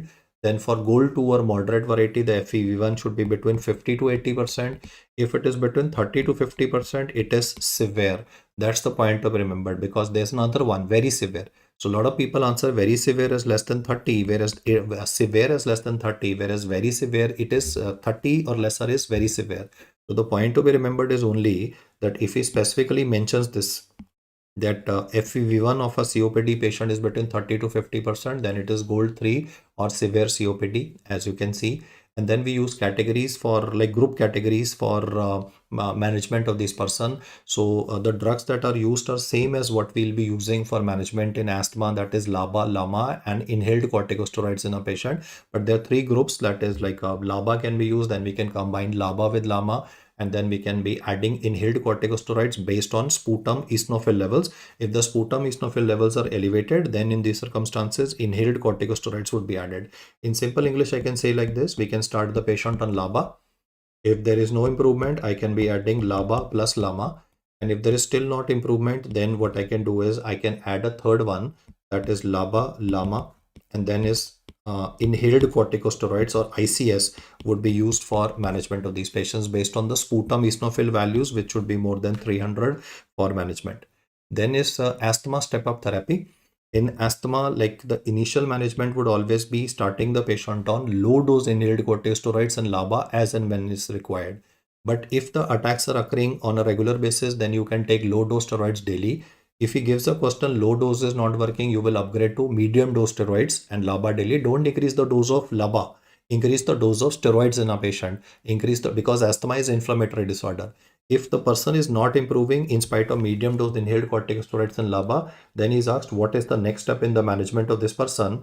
And the moment you say what is the next to be answered in this case, then your answer will be LAMA, that is tiotropium can be added in this patient. And if I have given all these things here, medium dose steroids, LABA daily, I have given a LABA to this person also, and still the attacks are occurring, then I will be using additional medicines for this person, that is monoclonal antibodies can be added. Though if I don't have facility, then I can be using oral steroids also. But this is the step up to be remembered कि पहले low dose steroids है, फिर medium dose steroids है. लाबा का dose नहीं बढ़ा रहे, low dose है, medium dose है, and there is no high dose steroids. Guys, there is no high dose steroids because of the risk of oropharyngeal candida. So it is like LAMA added in place of high dose steroids. और फिर भी हो रहा तो then monoclonal antibodies like omalizumab or anti-immunoglobulin, anti-IL-5 molecules like benralizumab will be used for management of these patients. So the step-up therapy is what I mentioned. And for asthma, the change in FEV1 that they have traditionally asked, the change in FEV1 would be a value of an increment of 12% always. Okay, so I think this was like those manifestations. No role of Montelukast for management of asthma. It can maybe treat allergy, but not asthma. Okay. Best treatment for a pneumonia patient admitted with a CRB score of 2, because you can notice that there is a big patch present here. There's a lobar pneumonia. The auscultatory finding over this area would be bronchial breathing. So what I need to do in this chap is be aggressive for management, and I need to give IV antibiotics. Now, which IV antibiotics would be used in this patient? Yeah, ceftriaxone with azithromycin is the treatment that would be used, or we can be using in this patient ampicillin sulbactam with azithromycin, or we can be using IV respiratory fluoroquinolones. That's gonna be levofloxacin, moxifloxacin, or gemifloxacin for management of the person. But then curve 65 score is again that must be brushed up quickly.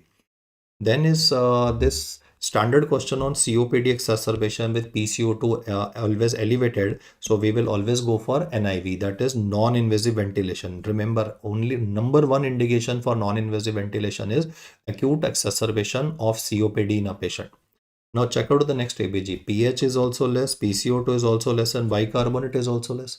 So I will say that because all three are going down, this is metabolic acidosis, and this is partially compensated because I have told that table already to you that if all three go down, it's partially compensated. I'll not go into the rationale at the moment, but yep, this is like a ready-made solution for partially compensated metabolic acidosis. In the next one, you can notice that all arrows are going up, up, up. If all these arrows are going up, up, up, you will straight away say this is metabolic alkalosis, and this is again partially compensated. So I've given a ready-made solution for like all three arrows going down, all three arrows going up for working out the data. In the next one, you can notice pH and PCO2 are going in opposite direction. So it is respiratory, and then acidosis because there is the pH is low. So one thing is clear, it is respiratory acidosis. Now, should I say uncompensated or should I say partially compensated? Because bicarbonate is rising. That is good news because bicarbonate is getting from the kidney. So this is again partially compensated. That table that I've highlighted, the Rome mnemonic, respiratory opposite values, and for metabolic same values are the ones which are being practiced. The last patient is having a panic attack. So when panic attack will happen, person will hyperventilate, and you can notice this person is having a respiratory alkalosis because pH and PCO2 are going in opposite direction and pH is elevated. So this is respiratory alkalosis, and it's again partially compensated. All the four values that I've described before you are partially compensated, and the mathematics behind them have been discussed, but at the moment, like, we had to just work out these common ABG scenarios, and especially cult mnemonic for metabolic acidosis, which I've just said verbally. Okay, a question for you guys. Patients of the same society have developed jaundice, and there's a vomiting after floods with tender hepatomegaly. So he says, like, what is the leading reason why this kind of a profile would be occurring in a patient where we are having like vomiting, jaundice, and then tender hepatomegaly? Yes, yes, vitals in the patient are stable. I'll just wait for a few more seconds. Hit the comment buttons, guys. There is no mention of any myalgia. There is no mention of any myalgia. There is no mention of any conjunctival suffusion in this particular case. So you have to understand that there is jaundice and there is a tender hepatomegaly on examination. So this would be viral hepatitis. No, it would be viral hepatitis E that is happening in this case. The answer is option number B. If this question mentioned fever, mentioned jaundice, then mentioned myalgia and conjunctival suffusion, then answer is leptospirosis. But considering that after like floods, they can be fecal contamination of water tanks. That is why viral hepatitis would be the answer. Next, he says alcoholic with severe vomiting and like there is hematemesis occurring. If the vitals are stable, then you will say that you are dealing with a case of Mallory-Weiss syndrome. The alcoholic had puked vigorously and there was a submucosal tear, but it's non-life threatening.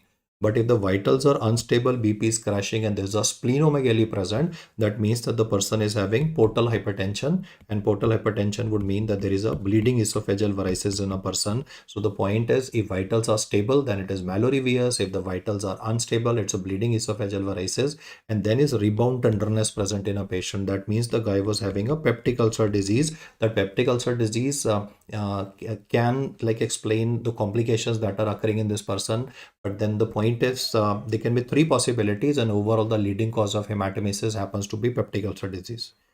For non-bleeding varices, yes guys, for non-bleeding varices, what is going to be the main treatment that we'll be using in a patient? Then for non-bleeding varices, the treatment of choice would be given as endoscopic varicose ligation. Non-bleeding varices, endoscopic varicose ligation. If he says the word, yeah, they can be like air under, yeah, I mean, that's peptic ulcer disease to be considered, right? And if it is bleeding esophageal varices, then the source of bleeding is gastric vein as well as esophageal vein. So he can ask you from the portal side and the systemic side. So portal side is like the left gastric vein and the systemic is the esophageal veins. The first line treatment for these patients would be a massive transfusion. I will be giving 6 units of packed RBC, fresh frozen plasma, and platelet rich plasma to this patient so that I can get the circulation back. The drug of choice of this person is octreotide slash somatostatin slash terlipressin for management. And then if he says what is the treatment of choice for bleeding esophageal varices, then answer is endoscopic varicose ligation. The same thing that is used for prevention is used for treatment as well. And if he says how do you prevent this from happening, then for prevention purposes we'll be using a beta blocker. That is like drug of choice for prevention. One of the longest acting beta blocker that we can be using in a patient is nadolol. So that would be questions on bleeding varices where the hepatic venous pressure gradient HVPG is more than 12. And if he says what is the cutoff for portal hypertension, then your answer would be given as more than 5. Okay, that's the statements here. More than 5 is the definition. Bleeding will occur at value more than 12 millimeter of mercury. The most reliable sign for identifying portal hypertension in a patient is splenomegaly, because when portal vein pressure will increase, it will be passively transmitted to the splenic vein and there would be a splenomegaly happening in a person. Caput medusae is seen around the umbilicus. These would be dilated veins with flow away from the umbilicus. That's to decompress the portal vein of the patient. So just put arrows to say flow away. But then spider angiomas are gonna be arterioles. These are cutaneous arterioles, and they're seen in the superior vena cava distribution of the patient. That would be on the shoulders, on the trunk of the person, and they are gonna be seen not only in cirrhosis, but RA, pregnancy, and even thyrotoxicosis can be having spider angiomas present. Now I'll mention three important sites for emergency procedures, that is pericardiocentesis for cardiac tamponade. So the approach that is used in this case is Zifi-sternal approach for taking access into the pericardial space of the person. The aiming of the needle will be towards the left shoulder. For thoracocentesis, the preferred site would be as low as possible. It is 8th intercostal space. It is not to be answered as 5th intercostal space. It is as low as possible between the posterior axillary line and the scapular line. It is between the posterior axillary and the scapular line for the 8th intercostal space. And for paracentesis, the usual site would be 2 centimeter below the umbilicus, that is subumbilical, or we can be using the flanks also, that would be related to the anterior superior iliac spine. But wherever possible, like if we can prefer the midline, that would be an easy way through linea alba, 2 centimeter subumbilical for abdominal paracentesis where the person was having a tense ascites. Though for ascites, we'll initially give spironolactone and furosemide, but if it is a refractory ascites, then these treatments would be done in the patient. Yes, all would be ultrasound guided. Yes, guys, this would be all ultrasound guided. Then for the drug of choice for these hepatitis B, uh, yes, guys, keep the comments on, like, the energy levels going down. So yeah, tenofovir is the drug of choice there, or we can be using entecavir. Yes, tenofovir and entecavir. So persistence is the key, right? It's not talent, it's the persistence that is the key. Very good. But guys are answering now fast. So fosbuvir and velpatasvir are the drugs which will be used for management of hepatitis C. And for D, it is always interferon alpha that would be used. So I think as far as the drugs are concerned, you guys are good to go for the drugs for various hepatotrophic viruses. Then they've asked about antibodies for primary biliary cholangitis. The name is AMA, that is called as anti-mitochondrial antibody.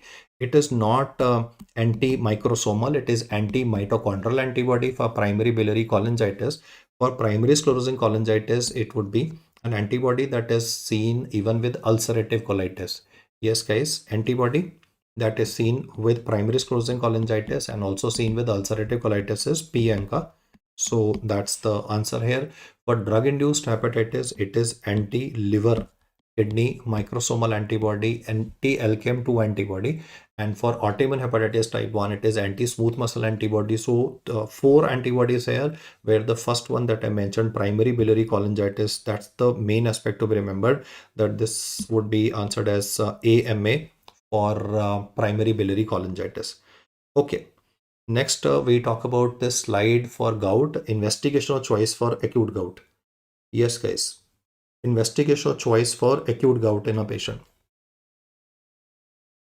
Do you want me to give options there? Like, yeah, joint aspiration, and then after joint aspiration, he will always say that there was needle shaped crystals with a negative birefringence. So that word has to be remembered. These are needle crystals, that is one. And the more important thing is, do take care that he says the word negative birefringence before you mark as gout, because if it is positive birefringence, then it would be a pseudogout presentation of calcium pyrophosphate as well.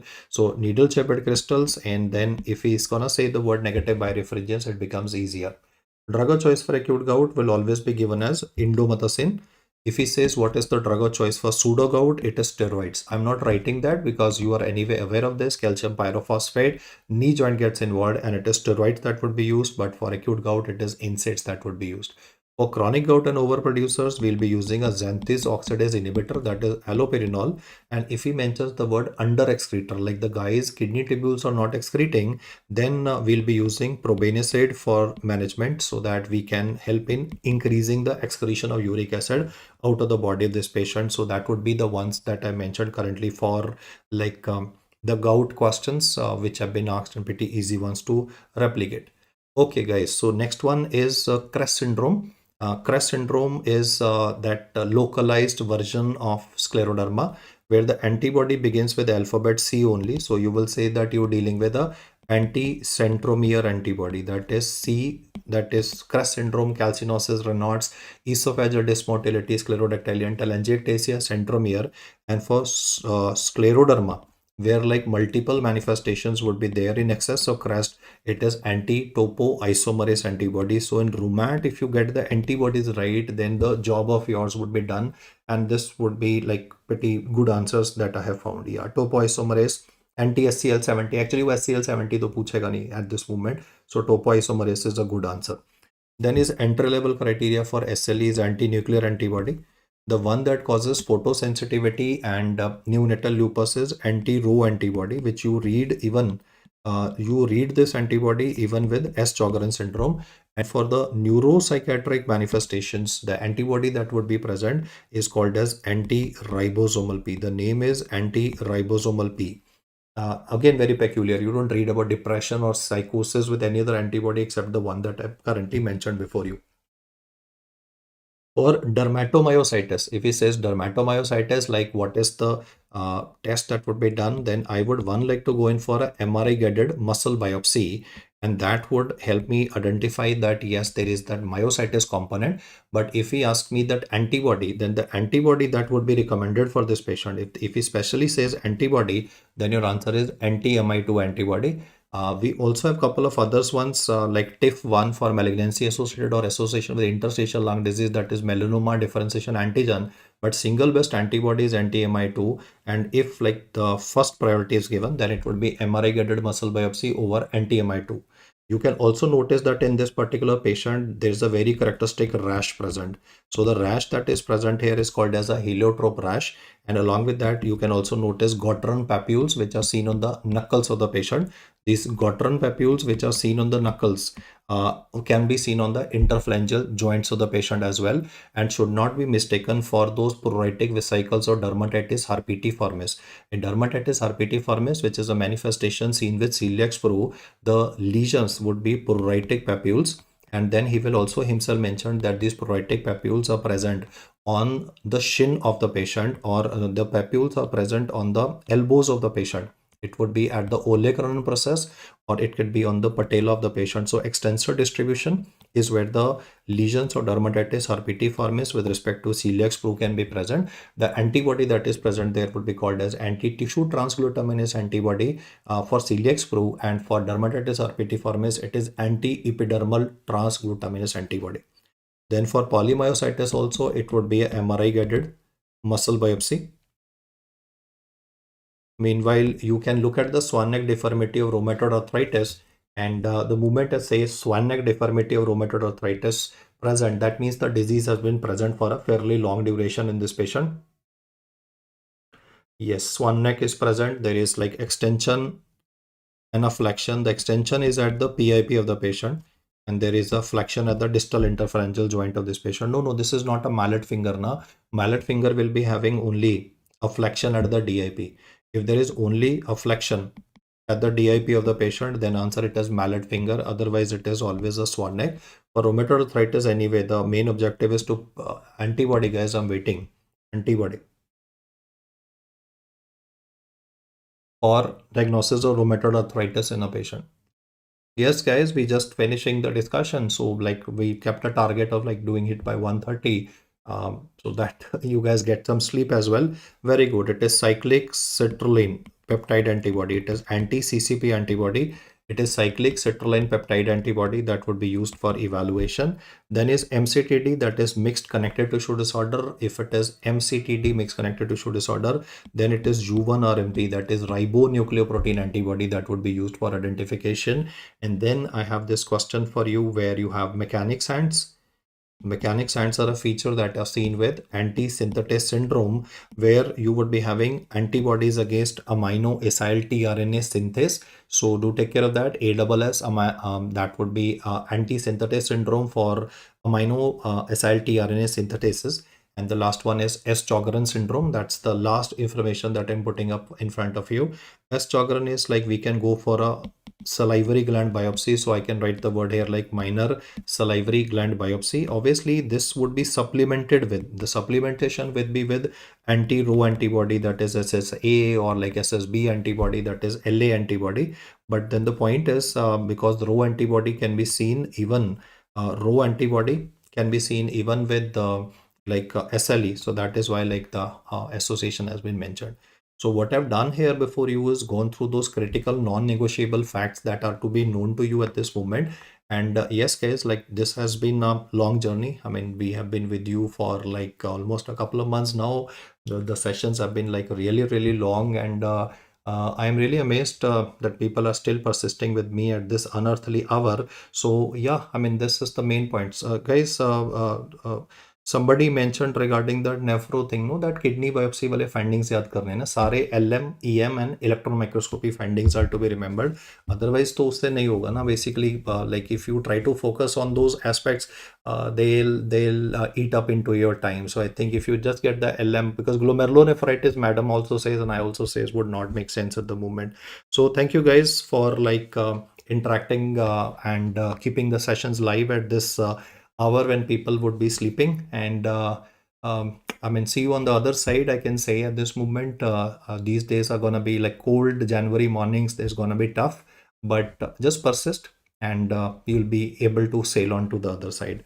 So thank you so much, guys. It was really, I mean, I would say motivation for us also. Only one advice would be, don't change the answers in the paper and persist with your answers. Okay, guys. Take care, guys. Yeah. See you soon. Right. Last 3 days, you just have to rush through the notes that you have made. Just turn the pages. दिमाग में ज़्यादा कुछ जाता नहीं है. But yep, I mean, if you just turn the pages and don't do too many questions and try GTs, etc. Because if they go wrong, then you tend to feel a little offbeat. So just turn the pages, and I think that for these, like all these notes that are like you are available in the app, if you are gonna just go through them, you would be in a position to like not remember, I can say, but वो subconscious mind में imprint हो जाता है. So fine, guys. Thank you so much. Bye bye. God bless you.